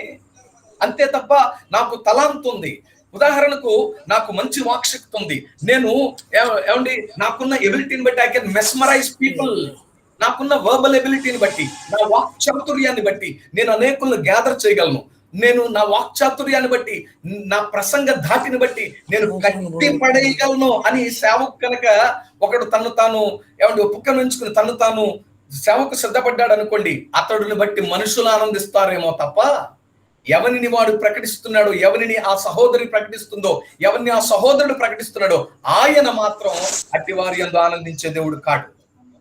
దేవుడు తన పని చేయాలి అంటే, వినండి దేవుని బిడ్డలారా, ఆయన వరము కలిగి మాత్రమే ఆ పని చేయాలి. ఆయన వరాన్ని కలిగి ఆయన పని చేయాలండి. సహజ సిద్ధమైనటువంటి ఏమండి నేచురల్ ఇన్బిల్ట్ టాలెంట్స్ దేవుని కొరకు ఉపయోగపడతాయంటే నోవే. ఒక చిన్న మాట మీతో చెప్తా వినండి. మోషేని దేవుడు అన్నాడు, మోషే నువ్వు నిలిచి ఉన్న స్థలం పవిత్రమైంది, చెప్పులు తీసిన దగ్గర నీతో మాట్లాడాలన్నాడు. మోషే వచ్చాడు దేవుని బిడ్డలారా. మోషే వచ్చినప్పుడు ప్రభు అయిన దేవుడు మోషేతో అంటున్న మాట ఏంటో తెలుసా? ఇదిగో నా ప్రజలైన ఇశ్రాయేలీయులను నేను విమోచించడానికి నిన్ను నేను ఏర్పరచుకున్నాను, వెళ్ళు వారితో నేనే నిన్ను పంపించానని చెప్పి బయటికి తీసుకురా అంటే, మోషే గారు అంటున్న సూటైన మాట ఏంటో తెలుసా? నేను నీకు బాగా తెలుసు, నేను పుట్టినప్పటి నుంచి ఇప్పటి వరకు నేను నిపుణుడైన మాటకారిని కాదు, నేను నోటి మాంద్యము కలిగినోడిని, నాకు తత్రపాటు ఉంది, నాకు నత్తుందన్నట్టు మాట్లాడాడు. అయితే దేవుని బిడ్డలారా వినండి, నిజంగా అతడు తత్రపాటు కలిగినోడా, నోటి మాంద్యం కలిగిన వాడా అంటే లోకరీత్యా మనం ఆలోచన చేస్తే బైబిల్ చెప్తున్న సత్యం ఏంటో తెలుసా? అతడు ఐగుప్తీయుల సకల విద్యలలో ఆరితేరినోడు, ప్రసంగ ధాటి కూడా ఎరుగునోడు. He is a great orator. అద్భుతమైన రీతిలో మెస్మరైజింగ్ ఒరేషన్ ఇవ్వగలిగినటువంటి వాడు మోషే. మరి దేవుని దగ్గరికి వచ్చి అబద్ధం ఆడాడంటారా అంటే అస్సలు కాదండి. దేవుని దగ్గరికి వచ్చి అతను ఒప్పుకుంటుంది ఏంటో తెలుసా? నేను లోకస్తులతో మాట్లాడాలి అంటే నా తలంత ఉపయోగపడుద్ది దేవా, కానీ నువ్వు పంపిస్తుంది నీ పని కొరకు, అందులోను నీ ప్రజల దగ్గరికి. నీ ప్రజలతో ఏమి మాట్లాడాలో అది నువ్వైతేనే ఎరిగినోడివి. నీ ప్రజలకు ఎలాగూ మాట్లాడితే వారికి అర్థమవుద్దో అది నీకే తెలుసు. ఆ మాట నా దగ్గర లేదు. నేను లోకానికి పని చేయడానికైతే యుద్ధం చేయమంటావా? ఐగుప్తీయులు నాకు నేర్పిన ఆ నిపుణతను బట్టి యుద్ధం చేసేస్తా. కానీ నీ పని అంటున్నావు, ఇది నీ పని కనుక నీ పని చేయాలి అంటే నీ కృప తప్ప నాకు మరొక దిక్కు లేదన్నాడు. అది తన అంతరంగంలో ఉన్నటువంటి ఆలోచన. అప్పుడు దేవాది దేవుడు అన్నాడు, సరే నేను నీ మౌత్ పీస్ గా ఉండడానికి ఆ వరమును నీ అన్నకు నేను ఇచ్చాను, నీ వెంట ఉంటాడు. ప్రభునందు సహోదర స్నేహితులరా, ఇక్కడ నీకు అర్థం కావాలి, దేవుడు తన పనికి మనం ఉపయోగపడడానికి ఆయన వరమునిచ్చి వాడుకుంటాడు. అర్థమవుతుందా? అంతేగాని నా ఇన్నర్ టాలెంట్ నేను బాగా ప్రాక్టీస్ చేశానండి, వాక్యం ఎలాగ చెప్పాలని గోడ అద్దం ముందే నిలబడ్డానండి, చెట్లలోకి వెళ్ళి పొట్లలోకి వెళ్ళి ప్రాక్టీస్ చేశానండి, అందుకే ఈరోజు ఇంత గొప్ప వాక్య పటిమ నాకు ఉందండి అంటే నీ వాక్ పటిమను బట్టి నీ వాక్యము ద్వారా కట్టివేసే అలైన్ వర్డ్స్ అన్నిటిని అలైన్ చేసి అద్భుతమైన రీతిగా కట్టి పట్టేసేటువంటి వర్తమానాన్ని నువ్వు బోధించినా ఆ వర్తమానాన్ని బట్టి నేనంటాను లోక పరిభాషలో జనములను రంజింప చేసిన దేవుని ఏ సమంతైనా కూడా నీ పరిచర్య సంతోషపరచ నేరదు. నీ యందు దేవుడు ఆనందించలేడు దేవుని బిడ్డలారా. కారణం ఆయన ఆనందించాలి అంటే ఆయన ధరింప చేసే ఆత్మ వరం మనకు కావాలి. ఆయన పని చేయడానికి ఆయన ఇచ్చే వరమే కావాలి. కాపరి అనేది ఆయన ఇచ్చే వరం. కొందరు పరిచారకులుగా అంటే ఆయన ఇచ్చే వరం అండి. వరాల గురించి మాట్లాడుతూ అన్నాడండి అక్కడ. సువార్త అనేది వరం అండి, స్వస్థపరచడం అనేది వరం. దేవుని బిడ్డలారా ఆలోచిద్దాం. ప్రభునందు ప్రియమైనటువంటి సహోదర స్నేహితులారా, దేవుడు తన కొరకు వాడుకోవడానికి ప్రభు అయిన దేవుడు వరం ఇచ్చి వాడుకుంటాడు. సో ఆయన పని కొరకు ఆయన మనల్ని ఎలా, తన కృప ఎలా ఉపయోగపడుతుంది అంటే మొదటిది తన సేవ కొరకు ఆ కృప నన్ను ప్రేరేపించింది. రెండవది ఆ ప్రేరేపించిన ఆ కృపలో నేను ఆయన పని చేయడానికి ఆయన ఆత్మ వరం నాకు ఇచ్చాడు. సువార్తను ప్రకటించే వరం ఇచ్చాడు, పరిచర్య చేసే వరం ఇచ్చాడు, దేవుని పక్షాన నిలబడి దేవుని కార్యాలు చేసే వరమును దేవుడు నాకు ఇచ్చాడు. ఆయన వరం లేకుండా ఆయన పని చేయలేని దేవుని బిడ్డలారా. ఎస్, అది నీకు అర్థం కావాలి. అంటే ఆయన తోటలో పని చేయాలి అంటే ఆయన వస్త్రమును ఆయన నీకు అలంకరింప చేస్తే తప్ప నువ్వు పనిచేయలేవు. మరొక ఆలోచన దేవుని బిడ్డలారా, ఈ వరం ఈ కృప కేవలం దేవుని పని కొరకేనా అంటే మరొకటి, తోటి మనిషికి మనం ఇచ్చి సహాయపడే దాతృత్వాన్ని కూడా ఆ కృపే మనకు అనుగ్రహించాలి. రండి ఆ మాటలు కూడా చూద్దాం. కొరింథీ సంఘానికి రాస్తున్న 2వ పత్రిక, ఉపకారం చేయడానికి కూడా అది ఆ కృప ద్వారా దేవుడు అనుగ్రహించాల్సినటువంటి వరమే. డబ్బున్న ప్రతివాడు చేయి చాచి డబ్బులు ఇచ్చాడు తెలుసా మీకు? కొందరు ఉంటారులేండి, అంటే ఉపకారం చేసేది వాళ్ళు కూడా 2 రకాలైన వాళ్ళు ఉంటారండి. కొందరు స్వీయ ఘనతను ఆశించి ఉపకారం చేస్తారు. అంటే వాళ్ళు ఎట్లా చేస్తారో తెలుసా? ఈ చేతితో చేస్తూ ఆయన పరిశీలి సర్దుకేళ్ళని గురించి చెప్పాడు. వాళ్ళు సొంత వీధులలో నిలబడి ప్రసంగాలు చేస్తారంట. వాళ్ళు చేసేవన్నీ 10 మంది చూడాలని ఆశతో చేస్తారంట. కానీ నీకు ఒక సత్యం తెలుసా? దేవుని కృప తన పని కొరకు నిన్ను ఎలా బలపరుస్తుందంటే, నీవు గుట్టుగా నువ్వు కుడి చేతితో చేసింది ఎడమ చేతికి తెలియనట్లుగా ఇచ్చే కృప దేవుడు ఇస్తాడు. చదవండి, కొరింథీయులకు రాసిన 2వ పత్రిక 8వ అధ్యాయం ప్రారంభ వచనం చదవండి. ప్రారంభం నుంచి కొన్ని మాటలు. సహోదరులారా, మాసిదోనియా సంఘమునకు అనుగ్రహించబడిన దేవుని కృపను గూర్చి మీకు తెలియచేస్తున్నాను. ఎలాగనగా వారు బహు శ్రమల వలన పరీక్షింపబడగా అత్యధికముగా సంతోషించారు, మరియు వారు నిరుపేదలైనను వారి దాతృత్వము బహుగా విస్తరించెను. చూడండి అక్కడ అంటే ఈ కృప విషయములోను ఈ కృప విషయములోను పరిశుద్ధులైన పరిశుద్ధుల కొరకైన పరిచర్యలో పాలు పొందు విషయములోను మనపూర్వకంగా మమ్మును వేడుకొనుచు వారు తమ సామర్థ్యము కొలదియే గాక సామర్థ్యము కంటే ఎక్కువగాను తమంతకు తామే ఇచ్చిరని మీకు సాక్ష్యం ఇచ్చుచున్నాను. ఇది దేన్ని బట్టి జరిగింది? కృపను బట్టే. కృప మనలను తన పని కొరకు ఉపయోగపడే వారిగా చేస్తుంది అని బిడ్డలారా. ఎవడు తనంతట తానే ఏమండే మరలా చెప్తున్నా, అన్నిటికీ కృపే చేస్తా అంటే అననీయ సిప్పోరాలను కృప ప్రేరేపించాల. కృప ద్వారా వారు ప్రేరేపించబడిన వారైతే ఏమంటే ఇచ్చేదానిలో దాపరిక ఉండేది కాదు.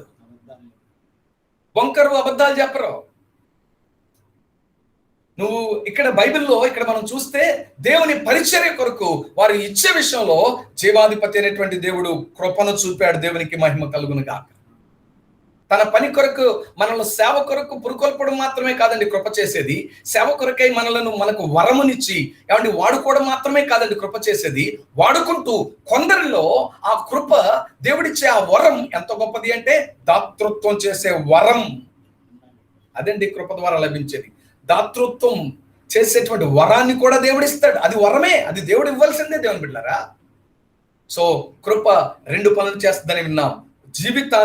మన జీవితానికి ఆ కృప ఉపయోగపడుతుంది. రెండవది దేవుని పనికి మనం ఉపయోగపడేటట్లు ఆ కృప మనల్ని బలవంతులుగా చేస్తుంది. కనుక వినియోగించుకోకపోతే, దేవుడు మన కొరకు ఇచ్చినటువంటి ఈ కృపను ఆయన పని కొరకు మనం వినియోగించుకోకపోతే ఆ కృపను అనుసరించే మనం తీర్పులోనికి వస్తాం.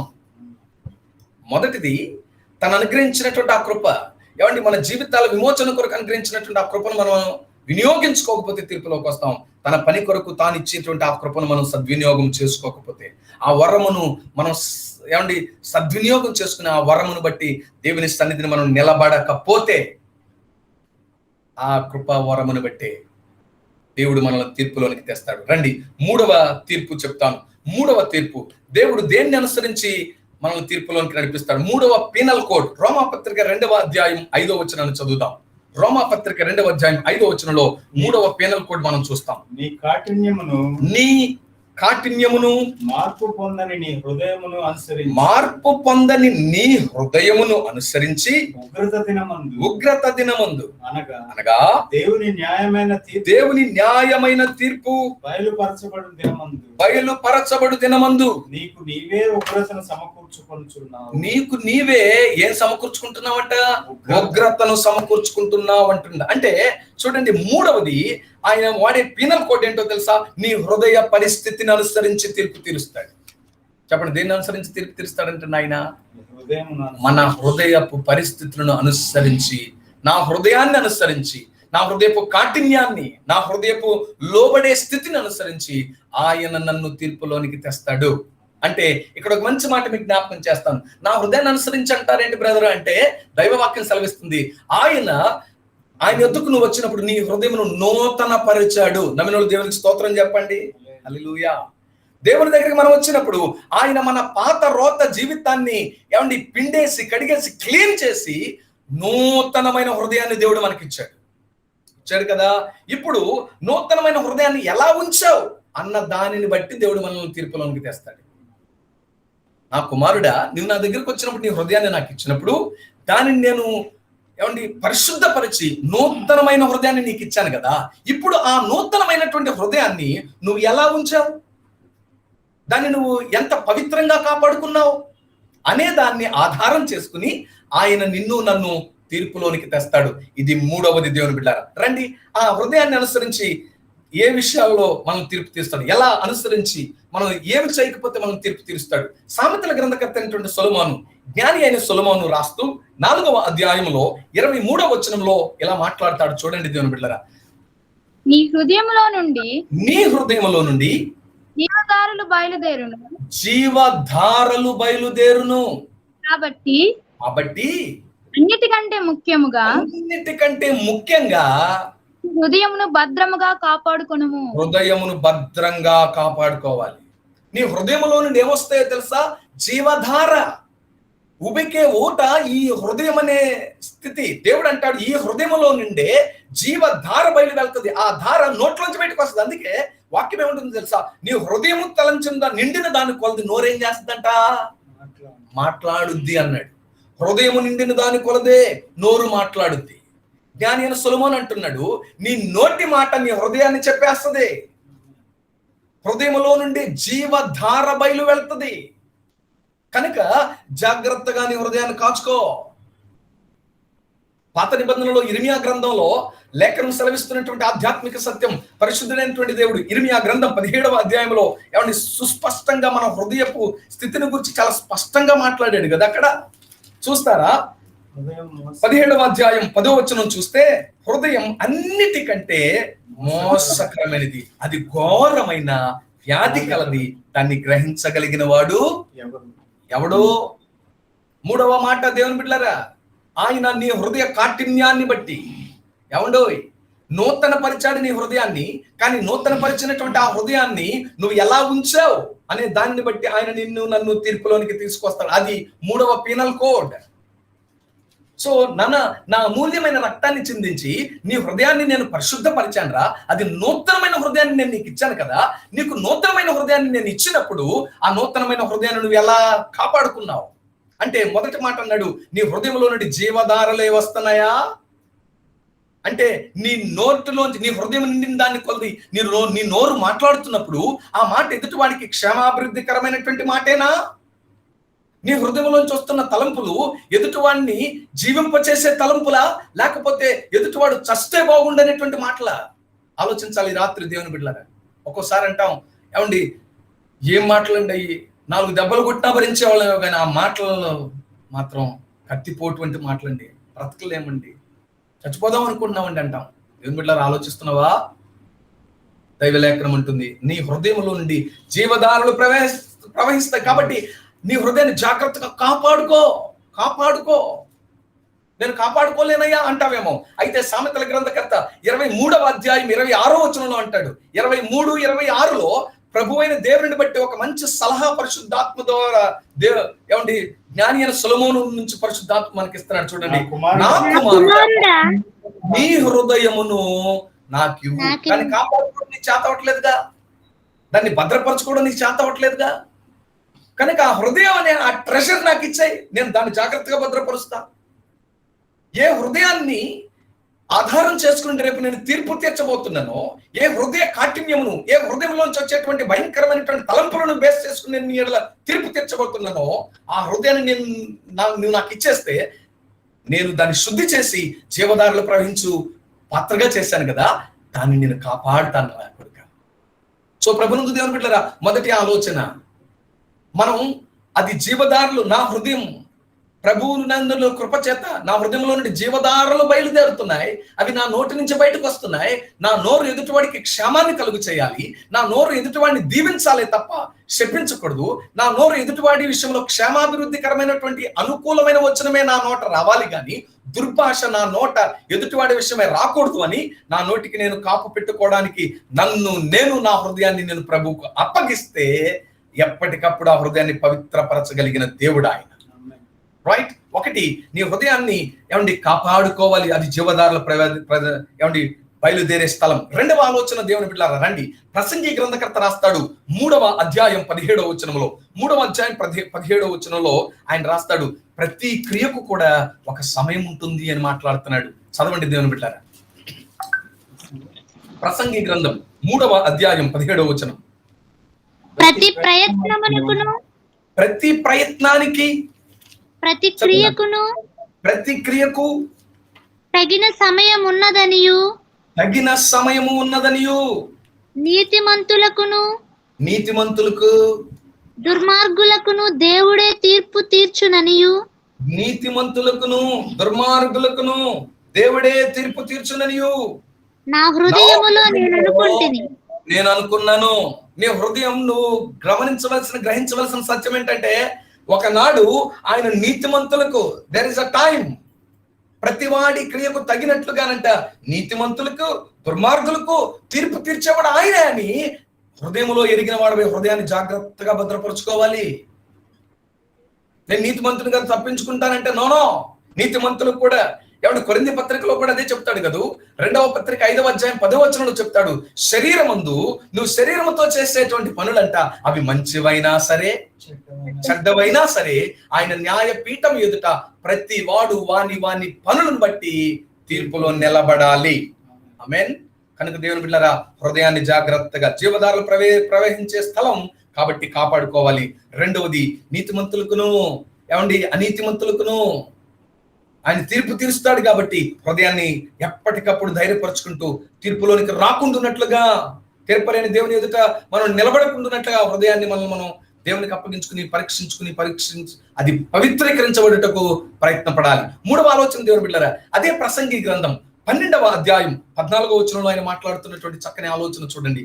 ప్రసంగి గ్రంథం ముగింపులో 12వ అధ్యాయం 14వ వచనంలో పౌలు భక్తుడి ద్వారా దేవుడు అన్నాడు, గూఢమైన ప్రతి అంశమును గూర్చి దేవుడు విమర్శ చేయనప్పుడు, దేవుడు తీర్పు లేదా విమర్శ చేయునప్పుడు ఆయన ప్రతిక్రియను అది మంచిదే గాని చెడ్డదే గాని తీర్పులోనికి తెచ్చును. అదండి, ప్రతిక్రియ మంచిదైనా చెడ్డదైన తీర్పులోకి తెస్తాడు.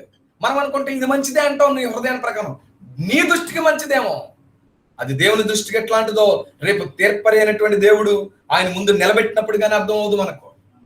కనుక మనం గమనించవలసినటువంటి 3వ ఆధ్యాత్మిక సత్యం, ఏ హృదయాన్ని ఆధారం చేసుకుని దేవుడు తీర్పు తీరుస్తాడో ఆ హృదయాన్ని కాపాడుకోవాలన్నాడు. ఏ విషయంలో కాపాడుకోవాలి? రేపు నేను తీర్పులోనికి వస్తావేమో అనే భయంతో నీ హృదయాన్ని కాపాడుకోవాలి. ప్రతి విషయములందు, ప్రతి స్థితిని అన్నాడుగా, గూఢమైన ప్రతి అంశం అవన్నీ ఇక్కడి నుంచే వస్తాయి. తప్పుడు తలంపులు, తప్పుడు ఆలోచనలు, తప్పుడు ప్రవర్తన, తప్పుడు నడవడిక అన్నిటిని నడిపించేది నీ హృదయమే. అందుకే చివరిగా మరొక మంచి మాట చెప్పనా దేవుని బిడ్డలారా, ఆ హృదయపు తీర్పును గురించి మరొక మంచి మాట ఏంటంటే, ఇర్మియా గ్రంథం 17వ అధ్యాయం అక్కడ 10 నుంచి కిందకి చదివితే, వినండి, తరచూ చెప్తా ఉంటాము, రేపు ఆయన తీర్పుకి వెళ్ళినప్పుడు వినండి, ఒక మాట మీతో చెప్తాను. తీర్పుకి వెళ్ళినప్పుడు బైబిల్ ఏమందంటే ఆయన త్రాసులో తోస్తాడు. ఎంతమంది విన్నారు ఈ మాట? ఆయన ఎదుట త్రాసు ఉంటది, త్రాసులో తోస్తాడని ఎంతమందికి తెలుసు?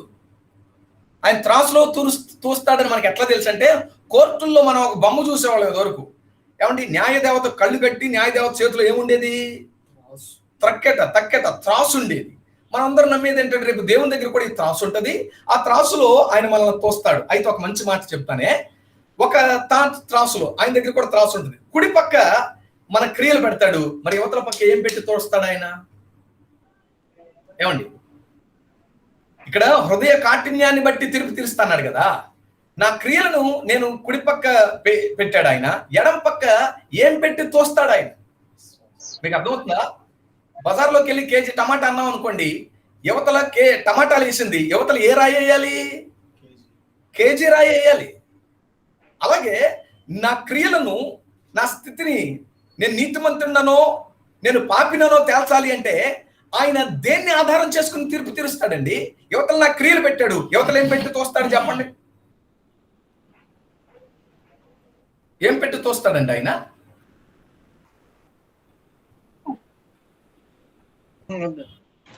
అమ్మా, ఆయన నీతిని బట్టి తీర్పు తీరుస్తాడు. ఆయన ఓకే, కుడి చేతి ప్రక్కేమో మన క్రియలు, ఎడం చేతి ప్రక్క ఆయన నీతి. ఆయన నీతిని కనుక పెడితే మన బతుకులో, మన జన్మలో అసలు సరిపోం మనం. రైట్? మంచి తలంప్రతల్లి. ఇంకా ఎవరన్నా ఆలోచించండి, ఏం పెట్టి మనల్ని తోస్తాడు ఆయన? ఏమండి, చిట్టిబాబు అంకుల్ మాట్లాడుతున్నారు. అంకుల్ వినపడట్లేదు, ఆన్ చేసి మాట్లాడండి. మీరు మ్యూట్ లో ఉన్నారు. లేదు, అన్మ్యూట్ చేయలేదు మీరు.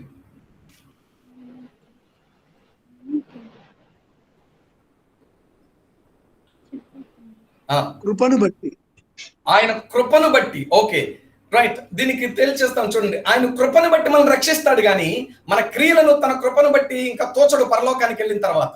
ఆ కృప మనల్ని రక్షించుట వరకే, రక్షణ కొరకు. రక్షణ అనే గొప్ప భాగ్యానికి నడిపించేది కృప, కానీ పరలోక రాజ్యానికి తీసుకెళ్లేది ఆ కృప ద్వారా అనుగ్రహించబడిన రక్షణను భయముతో, వణుకుతో కాపాడుకుంటూ, క్రియలను జాగ్రత్తగా చూసుకుంటూ పోవడాన్ని బట్టే పరలోకానికి వెళ్తాం. అయితే అక్కడికి వెళ్ళాక తీర్పులో ఇక్కడ క్రియలు, యువతలు ఏముంటాయి? ఇంకొక ఆన్సర్ చెప్పండి, ముందుకు నేను మీకు పరిష్కారాన్ని బైబిల్లోంచి చూపిస్తాను. ఎస్ అనుష, తల్లి జీవన, ఎనీ ఆన్సర్? మన క్రియలు అనుకుంటా. రైట్, రండి ఆన్సర్ చూద్దాం బైబిల్లో నుండి. ఇర్మియా గ్రంథం 17వ అధ్యాయం 10 నుంచి కొనసాగించండి కిందకి. ఒకని ప్రవర్తనను బట్టి ఒకని ప్రవర్తనను బట్టి వాని క్రియల ఫలము చొప్పున ఇదే క్రియలు అన్న వాని క్రియల ఫలము చొప్పున ప్రతీకారము చేయడానికి యెహోవాను నేను ఆ హృదయమును పరిశోధించువాడను. చాలు, నిన్ను పరిశోధించడానికి, దాన్ని తోచడానికి ఆయన ఉపయోగించే రాయి ఏంట్రా అంటే నీ హృదయం. యువతల క్రియలు పెడతాడు, యువత నీ హృదయం పెడతాడు. ఈ క్రియ హృదయపూర్వకంగానే చేసావా, లేకపోతే జనాలు సంతోషించేటట్టు చేసావా? ఒక్కొక్కరిని చూసి అంటాం, నిజంగా ఈ పెట్టే చేతికి ఎముక లేదండి. 23వ అధ్యాయం సామెతల గ్రంథంలో రాస్తాడు, 23:7 అంటాడు, ఒకడంట పైకాడు తినుము త్రాగు అంటాడే అంట, గాని హృదయంలో లెక్కలేసుకుంటాడంట. మనం చాలా చాలా దేవునికి ఇచ్చే పనులు అంటాం, భలే వాళ్ళండి దేవునికి ఇస్తున్నాను తీసుకోండి అంటాం, హృదయపూర్వకంగా ఇస్తున్నావా? ఇక్కడ బైబిల్లోంచే మంచి ఉదాహరణ చెప్పనా? అననీయా సిప్పోరాలు అందరూ తెచ్చినట్టే అమ్మేసి డబ్బులు తెచ్చారు, కానీ హృదయపూర్వకంగా తెచ్చారా చెప్పండి? వాళ్ళ క్రియ హృదయపూర్వకమైన క్రియ కాదే. కొంత దాచుకుని కొంత తెచ్చి అబద్ధమాడినటువంటి స్థితి వాళ్ళది. సో ఆ అబద్ధం ఆడారు అని దేన్ని బట్టి తేల్చేశాడు అంటే హృదయాన్ని దేవుడు అక్కడ తక్కట్లో పెట్టేశాడు. అన్నాడు, అసలు మీరిద్దరూ ఏమంటే దేవునికి భయపడుకున్నట్లు మీ హృదయ ప్రేరణకి మీరు ఎలా లోబడ్డారా? నీ క్రియలను ఆయన తూచినప్పుడు యువతల పెట్టే తలమానికి ఆ రాయి ఏంటో తెలుసా? నీ హృదయం. అందుకే అక్కడ అన్నాడు, నా కుమారుడా నీ హృదయమును నాకివ్వు. ఒకడు పైకి ఏమండి నేను భలే వాళ్ళేనండి తీసుకోండి, భలే వాళ్ళే బ్రదర్, భలే వాళ్ళే సిస్టర్, మీ అంత టోళ్ళ మీలాంటి వాళ్ళకి మేము సహాయం చేయకపోతే ఎట్లాగండి? అన్ని బాగానే ఉంటాయి, కానీ వెనక ఏమండి నన్ను అందరూ చూస్తున్నారా, నన్ను గురించి అందరూ మాట్లాడుకుంటున్నారా అని ఆశిస్తుంది హృదయం. అంటే ఈ హృదయం దేవుని దగ్గర చూడండి, దేవుని దగ్గర మెప్పు పొందుకుందామని చేసే హృదయం కాదండో ఇది మనుషుల దగ్గర మెప్పు కోరే హృదయం ఇది. సో నీ క్రియను ఇక్కడ తేల్చేస్తాడు, అది దేవుని సంతోష పెట్టడానికి చేసావా లేకపోతే మనుషులు గుర్తించడానికి చేసావా అనేది అక్కడ బేరీజులో తేలిపోద్ది. సో హృదయ కాఠిన్యమును అనుసరించి దేవుడు తీర్పులోనికి తెస్తాడు. ఇంకొకటి తెలుసా, అది ఆది నుండినండి. మీకు ఒక మంచి మాట చెప్తాను, ఈ మాటలన్నీ మనం వింటున్నప్పుడు సర్వసాధారణంగా మనలో నవ్వు వస్తుంది కొందరికి. ఊరుకోండి, ఆయన తీర్పు తీర్చడం ఏంటి? కొందరు అంటారు దేవుని బిడ్డారా, అబే ఆయన తీర్పు తీర్చడం అంటే ఏముండదండి, జడ్జిమెంట్ అనేది ఏముండదు. ప్రత్యక్షంగా నేను ఎరుగుదును అటువంటి వారిని దేవుని బిడ్డారా, నాతోనే డిస్కషన్ దిగిన వాళ్ళు ఉన్నారు. తీర్పు అనేది ఉండదు బ్రదర్, జడ్జిమెంట్ అనేది ఉండదండి అని అపహాస్యం చేస్తూ ఉంటారు తీర్పుని.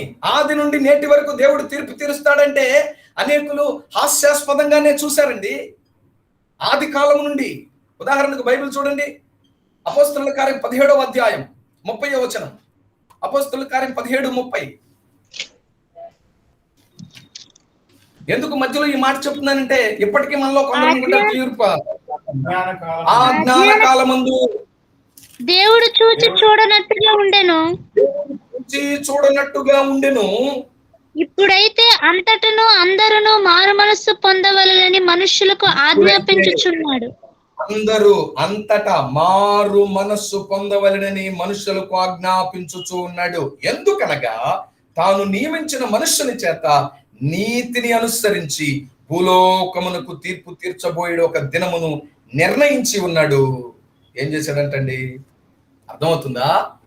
అప్పుడు నవ్వారు, ఇప్పుడు కూడా నవ్వుతున్నారు. ఉదాహరణకు చెప్పనా, నోవాహు తన ఓడ కడుతున్న అన్ని దినాలు అయ్యా జలప్రళయం వస్తుందంట, ముంచేస్తాడు దేవుడు, తీర్పు తీరుస్తాడంటే నవ్వారు పగలబడి అందరూ నోవాహుని వెర్రోడు అన్నట్టు చూశారండి. తర్వాత లోతు దినాల్లో దూతలు ఏమండి ఆ మనుషులు వచ్చి లోతుతో అన్నారు, అయ్యా నువ్వు నీ ఇంటి వాళ్ళని సిద్ధపరచుకో, నీ బంధువులు ఎవరున్నారా, నీ వెంట వచ్చేవాళ్ళు ఎవరున్నారా, వాళ్ళని కూడా సిద్ధపరచుకోండి. అల్లుల దగ్గరికి వెళ్ళి చెప్తే అల్లులు పక్కన నవ్వారంట. చాలే మీకు ఏమైనా మర్చిపోయిందేంటి? ఆలోచిస్తున్నావు దేని బిడ్డలారా? ఏమంటే మనం ఆలోచిస్తే ఇర్మియా తీర్పును ప్రకటిస్తే యెహోయాకీను ఏమండి ఆ తర్వాత ఉన్నటువంటి రాజు సిద్కియా యెహోయాకీను, సిద్కియా అనబడిన వాళ్ళు, ఏమండి ఆ కొలువులో ఉన్నటువంటి యాజకులు అందరూ నవ్వారు. ఒక కందకం లాంటిది, గొయ్యి లాంటిది ఏమండి తవ్వి ఆ గోతులో పడేశారండి ఇర్మియాని. దేవుని తీర్పుని ప్రకటిస్తే చాలులే అన్నట్టుగా.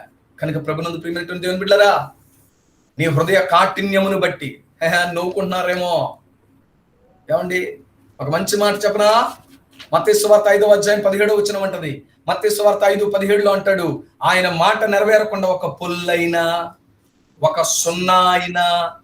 చదవరా తల్లి. మత్తయి సువార్త 5వ అధ్యాయం.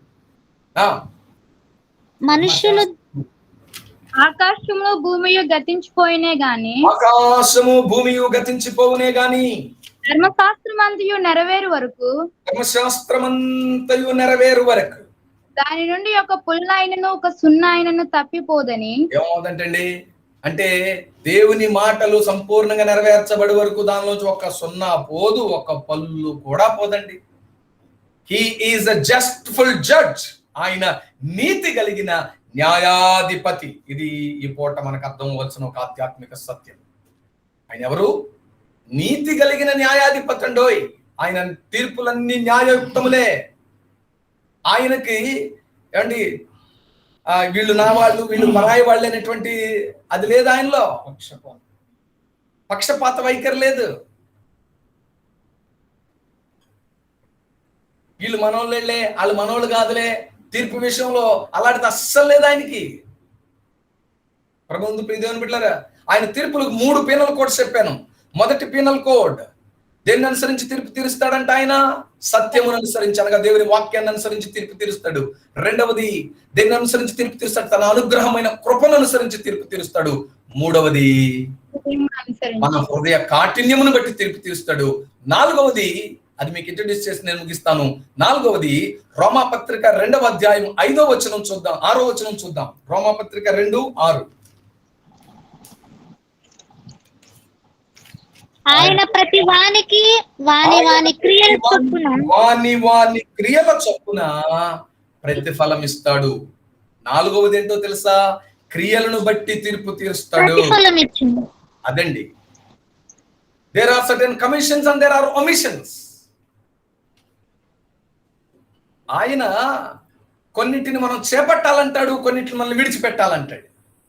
ఆయన మన క్రియలలో ఏవి కనపడాలంటున్నాడో అవి మనం పాటించాలి, ఏవి వద్దనుకుంటున్నాడో వాటిని విడిచిపెట్టేయాలి. So he has commission something so that we can catch hold of them. He asked us to omit something so that we need to omit. మనం విడిచిపెట్టాలి అని మన నుంచి కోరాడు కొన్ని, మనం కలిగి చేత పట్టాలి అని కోరాడు కొన్ని. మనం కలిగి ఉండాలి, ఈ క్రియలలో ఇవి కనబడాలి అని కోరినవి మనం కలిగి ఉండాలి. ఇవి నీ క్రియలలో నాకు అసహ్యం అనిపిస్తున్నాయి అన్నవి మనం విడిచిపెట్టాలి. బైబిల్ ఆయన చెప్పినవి అర్థమవుతుందా? చేయవలసినవి అండి.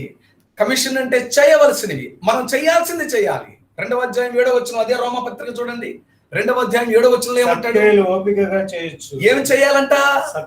There are certain things that we are commissioned to do. మనం చేయవలసినటువంటి ఏమంటారు అంటే సత్క్రియలు. ఓపికతో చేయాలి. ఎందుకు సత్క్రియలు అంటే ఏంటి? రోమాపత్రిక 2వ అధ్యాయం 10వ వచనం చదవండి. సత్క్రియ చేయు ప్రతివానికి, సత్క్రియ చేయు ప్రతివానికి మొదట గ్రీకు దేశస్థులకి మహిమయు ఘనతయు సమాధానము దేవునికి స్తోత్రం. సత్క్రియ చేస్తే తీర్పు రాదు, నీకు మహిమ కలుగుతుంది, ఘనత కలుగుద్దండి, దేవుని దగ్గర మెప్పు దొరుకుద్దండి. వాటిని చేస్తే దొరికేది అది. తర్వాత వాటిని మనం ప్రదర్శించాలి. సత్క్రియలను, ఒకటి సత్క్రియలు మనం చేయాలి, రెండోది సత్క్రియ ప్రదర్శించాలి. ప్రదర్శించడం అంటే ఇందాకడే చదివాము, మత్తయి సువార్త 5:16లో చెప్తాడు, మీ సత్క్రియను చూచి పరలోకమందున్న మీ తండ్రిని మహిమపరచునట్లు మీ వెలుగు వారి ఎదుట ప్రకాశింప చేయండి. అంటే చూడండి, సత్క్రియ ఒకటి చెయ్యాలి, రెండోది సత్క్రియలను ప్రదర్శించాలి. దేవుడు మనం అందించినటువంటి ఆ ప్రేమను మనం ప్రదర్శించాలి. దేవుడు మనం అందించినటువంటి ఆ దయను, ఆ కనికరాన్ని, ఆ ఉదారత్వాన్ని మనం ప్రదర్శించాలి దేవుని కృపను బట్టి. అంతే కదా ఆయన అన్నాడు, మీ సత్క్రియలను చూచి. అంటే అవి కావాలని టెంట్ వేసుకునో బ్యానర్ కట్టో ఇది మేము చేస్తున్నామని బాహాటంగా చేసేది కాదండోయ్. ఇది అర్థం చేసుకుని మనం మెసలవలసిన వారంగా ఉన్నాం దేవుని బిడ్డలారా. సో దేవుని కృపలో ఆయన అంటున్నాడు, నువ్వు చేయవలసింది ఏంటంటే సత్క్రియ. ఇంకోటి తెలుసా, సత్క్రియలు ఎందుకు మనం ప్రదర్శించాలంటే సత్క్రియలు వెలుగు వంటివి. అందుకే కింద ఏమన్నాడు ఆయన, మీ వెలుగును వారి ఎదుట, అంటే సత్క్రియను దేవుడు వెలుగుతో పోలుస్తున్నాడు. సో అది వెలుగు కనుక ప్రకాశింప చేయండి. కనుక ప్రభునందు ప్రియమైనటువంటి దేవుని బిడ్డలారా, అదే రైట్. తర్వాత మనం చూస్తే మత్తయి సువార్త 6వ అధ్యాయం ప్రారంభంలో కూడా మాట్లాడతాడండి, మనుషులకు కనబడవలనని కాక చేయకూడనివి ఇవి. చేయాల్సింది ఏంట్రా అంటే సత్క్రియ చేయాలి. ఏమండి, ఆ సత్క్రియ ప్రదర్శించాలి. చేయకూడదు ఏంటి, మనుషులకు కనబడవలనని కాక మీ నీతి క్రియలను. చదువుతారా అక్కడ ఒక మాట, మనుషులకు కనబడవలనని వారి ఎదుట ఆ, మీ నీతి కార్యము చేయకుండా జాగ్రత్త పడుడి. జాగ్రత్త పడండి. ఎడలా ఆ, పరలోకమందున్న మీ తండ్రి యుద్ధ మీరు ఫలము పొందరు. చూడండి, అది ప్రదర్శించాలి. ఇందాక చెప్పా ప్రదర్శించాలి, కానీ there is something that we are asked not to do. ప్రదర్శించాలి. అయితే ప్రదర్శించవలసిన క్రమంలో ప్రదర్శించాలి. ఎవరికి తెలియకూడదు అది. నేను ఇంతమందికి హెల్ప్ చేశాను తెలుసా అండి, కరోనా టైంలో నుండి నేను ఇంతమందికి సహాయం చేశానండి. నువ్వు ఎగ్జిబిట్ చేయమాక, సత్క్రియ చేసావు ఊరుకో, అది రేపు ఆయన ఫలం ఇస్తాడు. అంతేగాని నేను చేసింది ఎవరికి తెలియలేదండి ఇప్పుడు దాకా, కాబట్టి ఎంతమందికి చేశానండి అని మనకు తెలియక ఒక్కోసారి బహిర్గతం చేసుకోవడానికి ప్రయత్నిస్తాం. 10 మంది నేర్చుకోవడానికి అనుకుంటాం, నేర్చుకోరండి. నువ్వు ప్రదర్శించవలసింది నువ్వు ప్రదర్శిస్తున్నప్పుడు ఎవరు చూడాలని దేవుడు ఆశపడతాడో వాళ్ళకి చూపిస్తాడు అది. అంతేగాని మనం టెంట్ వేసుకున్నాం, మనం గొప్ప వేదికలాగా దాన్ని ఏమండి అనౌన్స్ చేసి మనం చేయాల్సిన నెసెసిటీ లేదండి. మనుషులకు కనబడవలని నువ్వు చేయొద్దు, చేయకూడదు. అది నీ నీతి క్రియలు మనుషులకు కనబడకుండా చేయాలి. చేస్తేనంట ప్రభువునొద్దు నుంచి మనం ఫలం పొందుకుంటాం. దేవునికి స్తోత్రం కలుగుతుంది. అంటే దీన్ని పరిశీల తత్వం అంటాం. ఈ తత్వాన్ని దేవుడు అసహించుకున్నాడు. అది మత్తయి సువార్త 23వ అధ్యాయంలో మనం వారిని చూస్తాం కదా. వాళ్ళు చేసింది ఏంటో తెలుసా, అందరికీ కనబడాలని అంట ఏమండి బహిరంగంగా చేసేవాళ్ళు. అది 23 చూడండి. అయ్యో వేషధారులైన శాస్త్రులారా, పరిసయ్యులారా, మీరు పుదీనాలో, సోపులో, జీలకర్రలో 10వ వంతు చెల్లించి ధర్మశాస్త్రంలో ప్రధానమైన విషయాలను అనగా కనికరమును, విశ్వాసమును వాటిని మానక వీటిని చేయవలసి ఉంది. బోల్డ్ అని ఉన్నాయండి. అక్కడి నుంచి మనం కిందకు చూస్తే 27లో అంటాడు, అయ్యో వేషధారులైన శాస్త్రులారా, పరిసయ్యులారా, మీరు సున్నము కొట్టిన సమాధులను పోలి ఉన్నారు. అవి వెలుపల శృంగారంగా, బయట శృంగారంగా కనబడతాయి అంట, లోపల చచ్చిన వారి ఎముకలతో సమస్తమును కల్మషం. మాట్లాడుకుంటారు అంతా. అసలు 23వ అధ్యాయం వేషధారులే, వేషధారత్వాన్ని. అప్పుడు యేసు చూడండి 23 ప్రారంభంలో అంటాడు, శాస్త్రులు పరిసయ్యులు మోషే పీట ముందు కూర్చున్నారట. వారు మీతో చెప్పిన వాటిని అనుసరించి గైకొనుడి, అయినను వారి క్రియలు చొప్పున చేయొద్దు. వారు చెప్తారే గాని ఏం చేయరంటాళ్ళు, కనుక ప్రభునందు దేవుని బిడ్డలారా, నీ క్రియ ఎలా ఉండాలి, అది సత్క్రియ. సో చివరిగా నేను ముగిస్తూ ఈ మాటలు జ్ఞాపకం చేస్తున్నాను. 4వ తీర్పు, 4వ పీనల్ కోడ్ ఏంట్రా అంటే మన క్రియలను బట్టి తీర్పు తీరుస్తాడు. ఆ క్రియలలో దేవుడు చేయవలసినవి కొన్ని ఉన్నాయని చెప్పాడు. నువ్వు విడిచిపెట్టాల్సింది, చేయవలసినవి చేయాలి, చేయకూడనివి నువ్వు చేయకూడదు. అలా చేస్తే నువ్వు తీర్పులోనికి తీసుకురాబడవు. గాని నీకు దొరికేది ఏంటో తెలుసా, సత్క్రియ నువ్వు చేస్తేనంట. ఏమండి మనం చదువుకున్నాం రోమపత్రిక 2వ అధ్యాయం 10వ వచనంలో, దేవుని ఎదుట మనం ఫలం. ఏంటా ఫలం? ఆ మాట నేను చూపించి ముగించేస్తాను. చదువుకున్నాం 2:10. ఓపికతో నువ్వు చేస్తేనంట మహిమయు ఘనతయు సమాధానం మనకు దొరుకుతాయి. ఏమండి కీడు నుంచి తప్పించబడతాం, మహిమ దొరుకుద్ది, ఘనత దొరుకుద్ది, దేవుని యందు సమాధానం మనకు దొరుకుతుంది. అట్టి శాశ్వతమైన కృప దేవుడు మనకు అనుగ్రహించి నడిపించును గాక. ఆయన తీర్పుకు పెనల్ కోడ్స్ 4 మీ దగ్గరికి తెచ్చాను. మొదటిది వాక్యమును అనుసరించి తీర్పు తీరుస్తాడు. రెండవది ఆయన అనుగ్రహమైన కృపను అనుసరించి తీర్పు తీరుస్తాడు ఆయన. మూడవది దేవుని బిడ్డరా, ఆయన తన ఉచితానుచితమైన కృపలు మన హృదయ కాఠిన్యాన్ని బట్టి తీర్పు తీరుస్తాడు. 4వ ఆలోచన, దేవుడు మన క్రియలను బట్టి తీర్పు తీరుస్తాడు. కనుక వీటిని మనం పరీక్షించుకున్న వారమై దేవుని ఎదుట తీర్పులోనికి తేబడక ఆయన సన్నిధి సంతోషించగా దేవుడు మనకు ఆ కృప అనుగ్రహించినట్లు ప్రార్థన చేసుకుందాం. ప్రార్థనతో మనం ఈ దిన ఈ ఆరాధనను సభను మనం ముగించుకుందాం. తమ్ముడు చెందవా, నీవు మార్పు చెందవా, మనసును మార్చుకోవా, అనుకూల సమయం ఇది అని ఎరిగి మారు మనసును పొందవా, మారు మనసును పొందవా, మార్పు చెందవా, నీవు మార్పు చెందవా, నీ బ్రతుకును మార్చుకోవా. ఎన్నాళ్ళు నీవు జీవించినా గాని ఏమున్నది ఈ లోకంలో, ఇన్నాళ్ళు నీవు చేసిన క్రియలన్నిటికీ తీర్పుంది పైలోకంలో.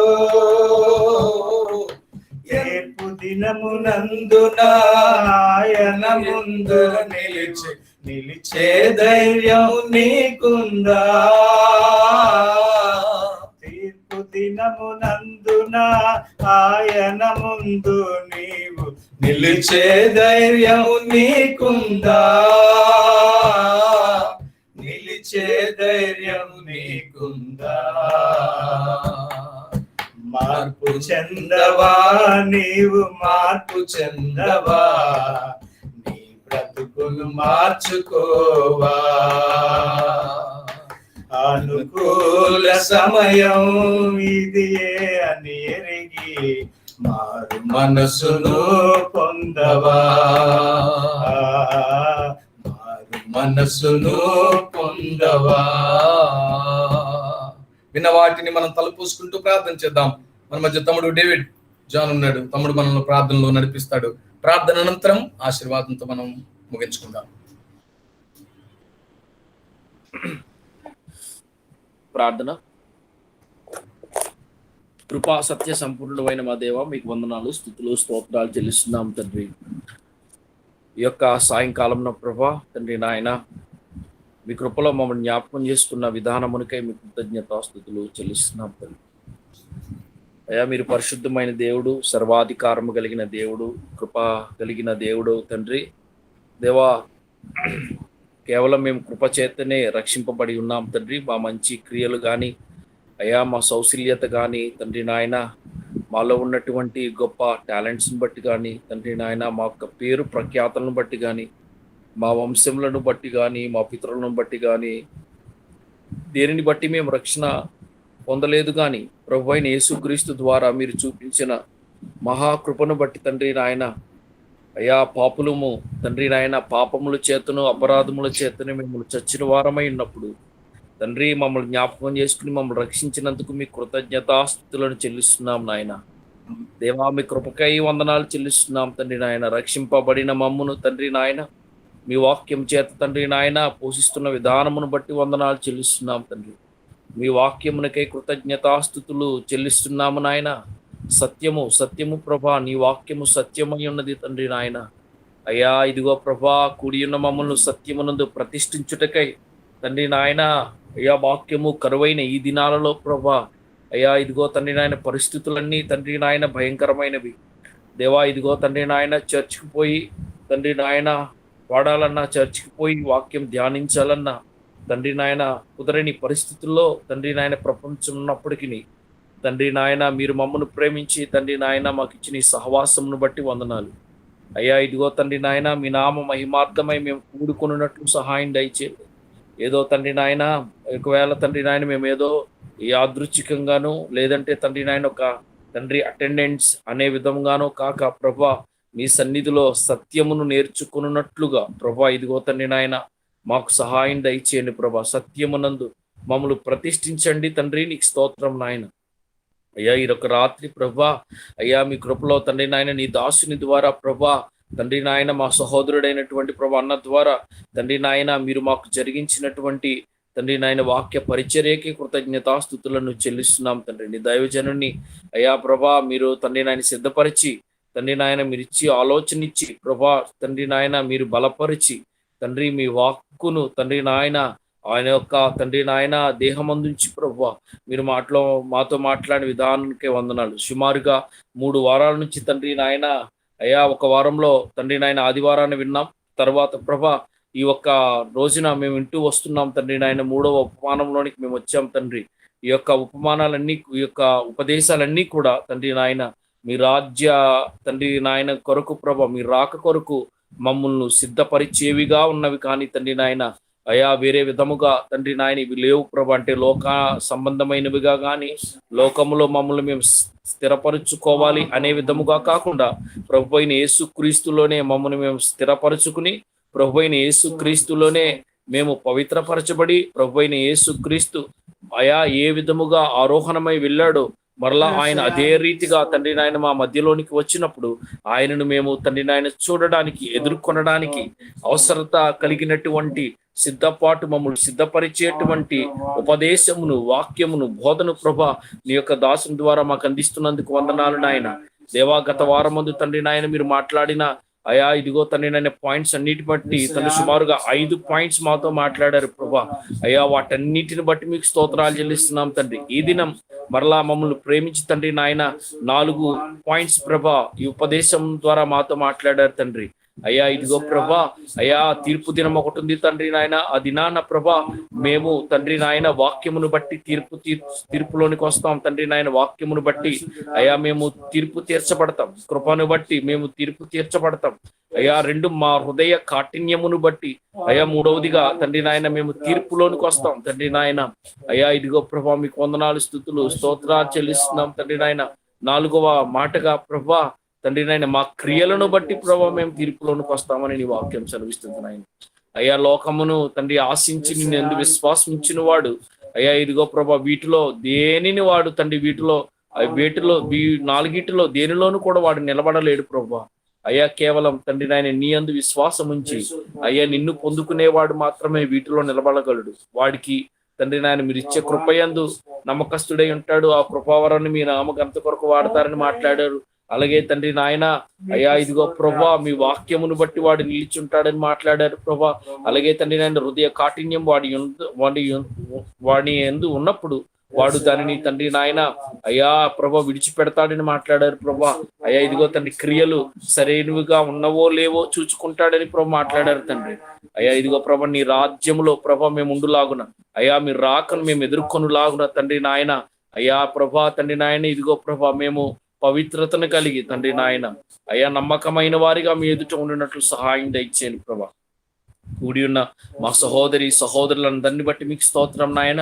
అయ్యా మీ కృతజ్ఞతాస్తుతులను చెల్లిస్తున్నాం తండ్రి నాయన.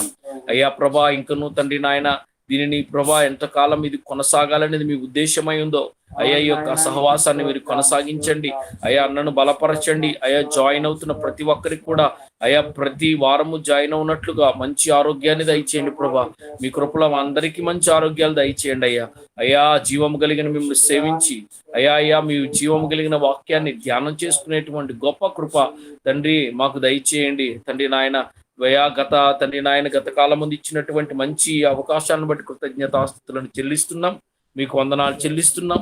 మమ్మల్ని బలపరిచి తండ్రి నాయన మీలో మమ్మల్ని స్థిరపరచమని, సత్యమునందు అయ్యా మమ్మల్ని ప్రతిష్ఠించమని అయ్యా మీకే వందనాలు చెల్లిస్తూ తండ్రి నాయన అయ్యా మీ కృతజ్ఞతాస్తుతులను చెల్లిస్తూ ఈ రాత్రి అయ్యా ఇదిగో ప్రభా కూడి ఉన్న మమ్మల్ని అందరినీ బట్టి ప్రభా మా ప్రభు అయిన యేసుక్రీస్తు నామంలో తండ్రి మీ కృతజ్ఞతాస్తుతులను అయ్యా స్తుతి మహిమ ఘనత ప్రభావములు చెల్లిస్తూ అయ్యా ఇదిగో తన పాటల పరిచర్య ద్వారా తండ్రి నాయన మీరు మహిమ పొందారు నాయన.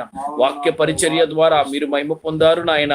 అయ్యా ఇదిగో ప్రభా వాక్యము తండ్రి నాయన పరిచర్య జరుగుతూ ఉన్నప్పుడు తండ్రి నాయన సహకరిస్తున్నటువంటి అయ్యా ప్రతి ఒక్క చెల్లెలను బట్టి మీకు వందనాలు చెల్లిస్తున్నాం తండ్రి.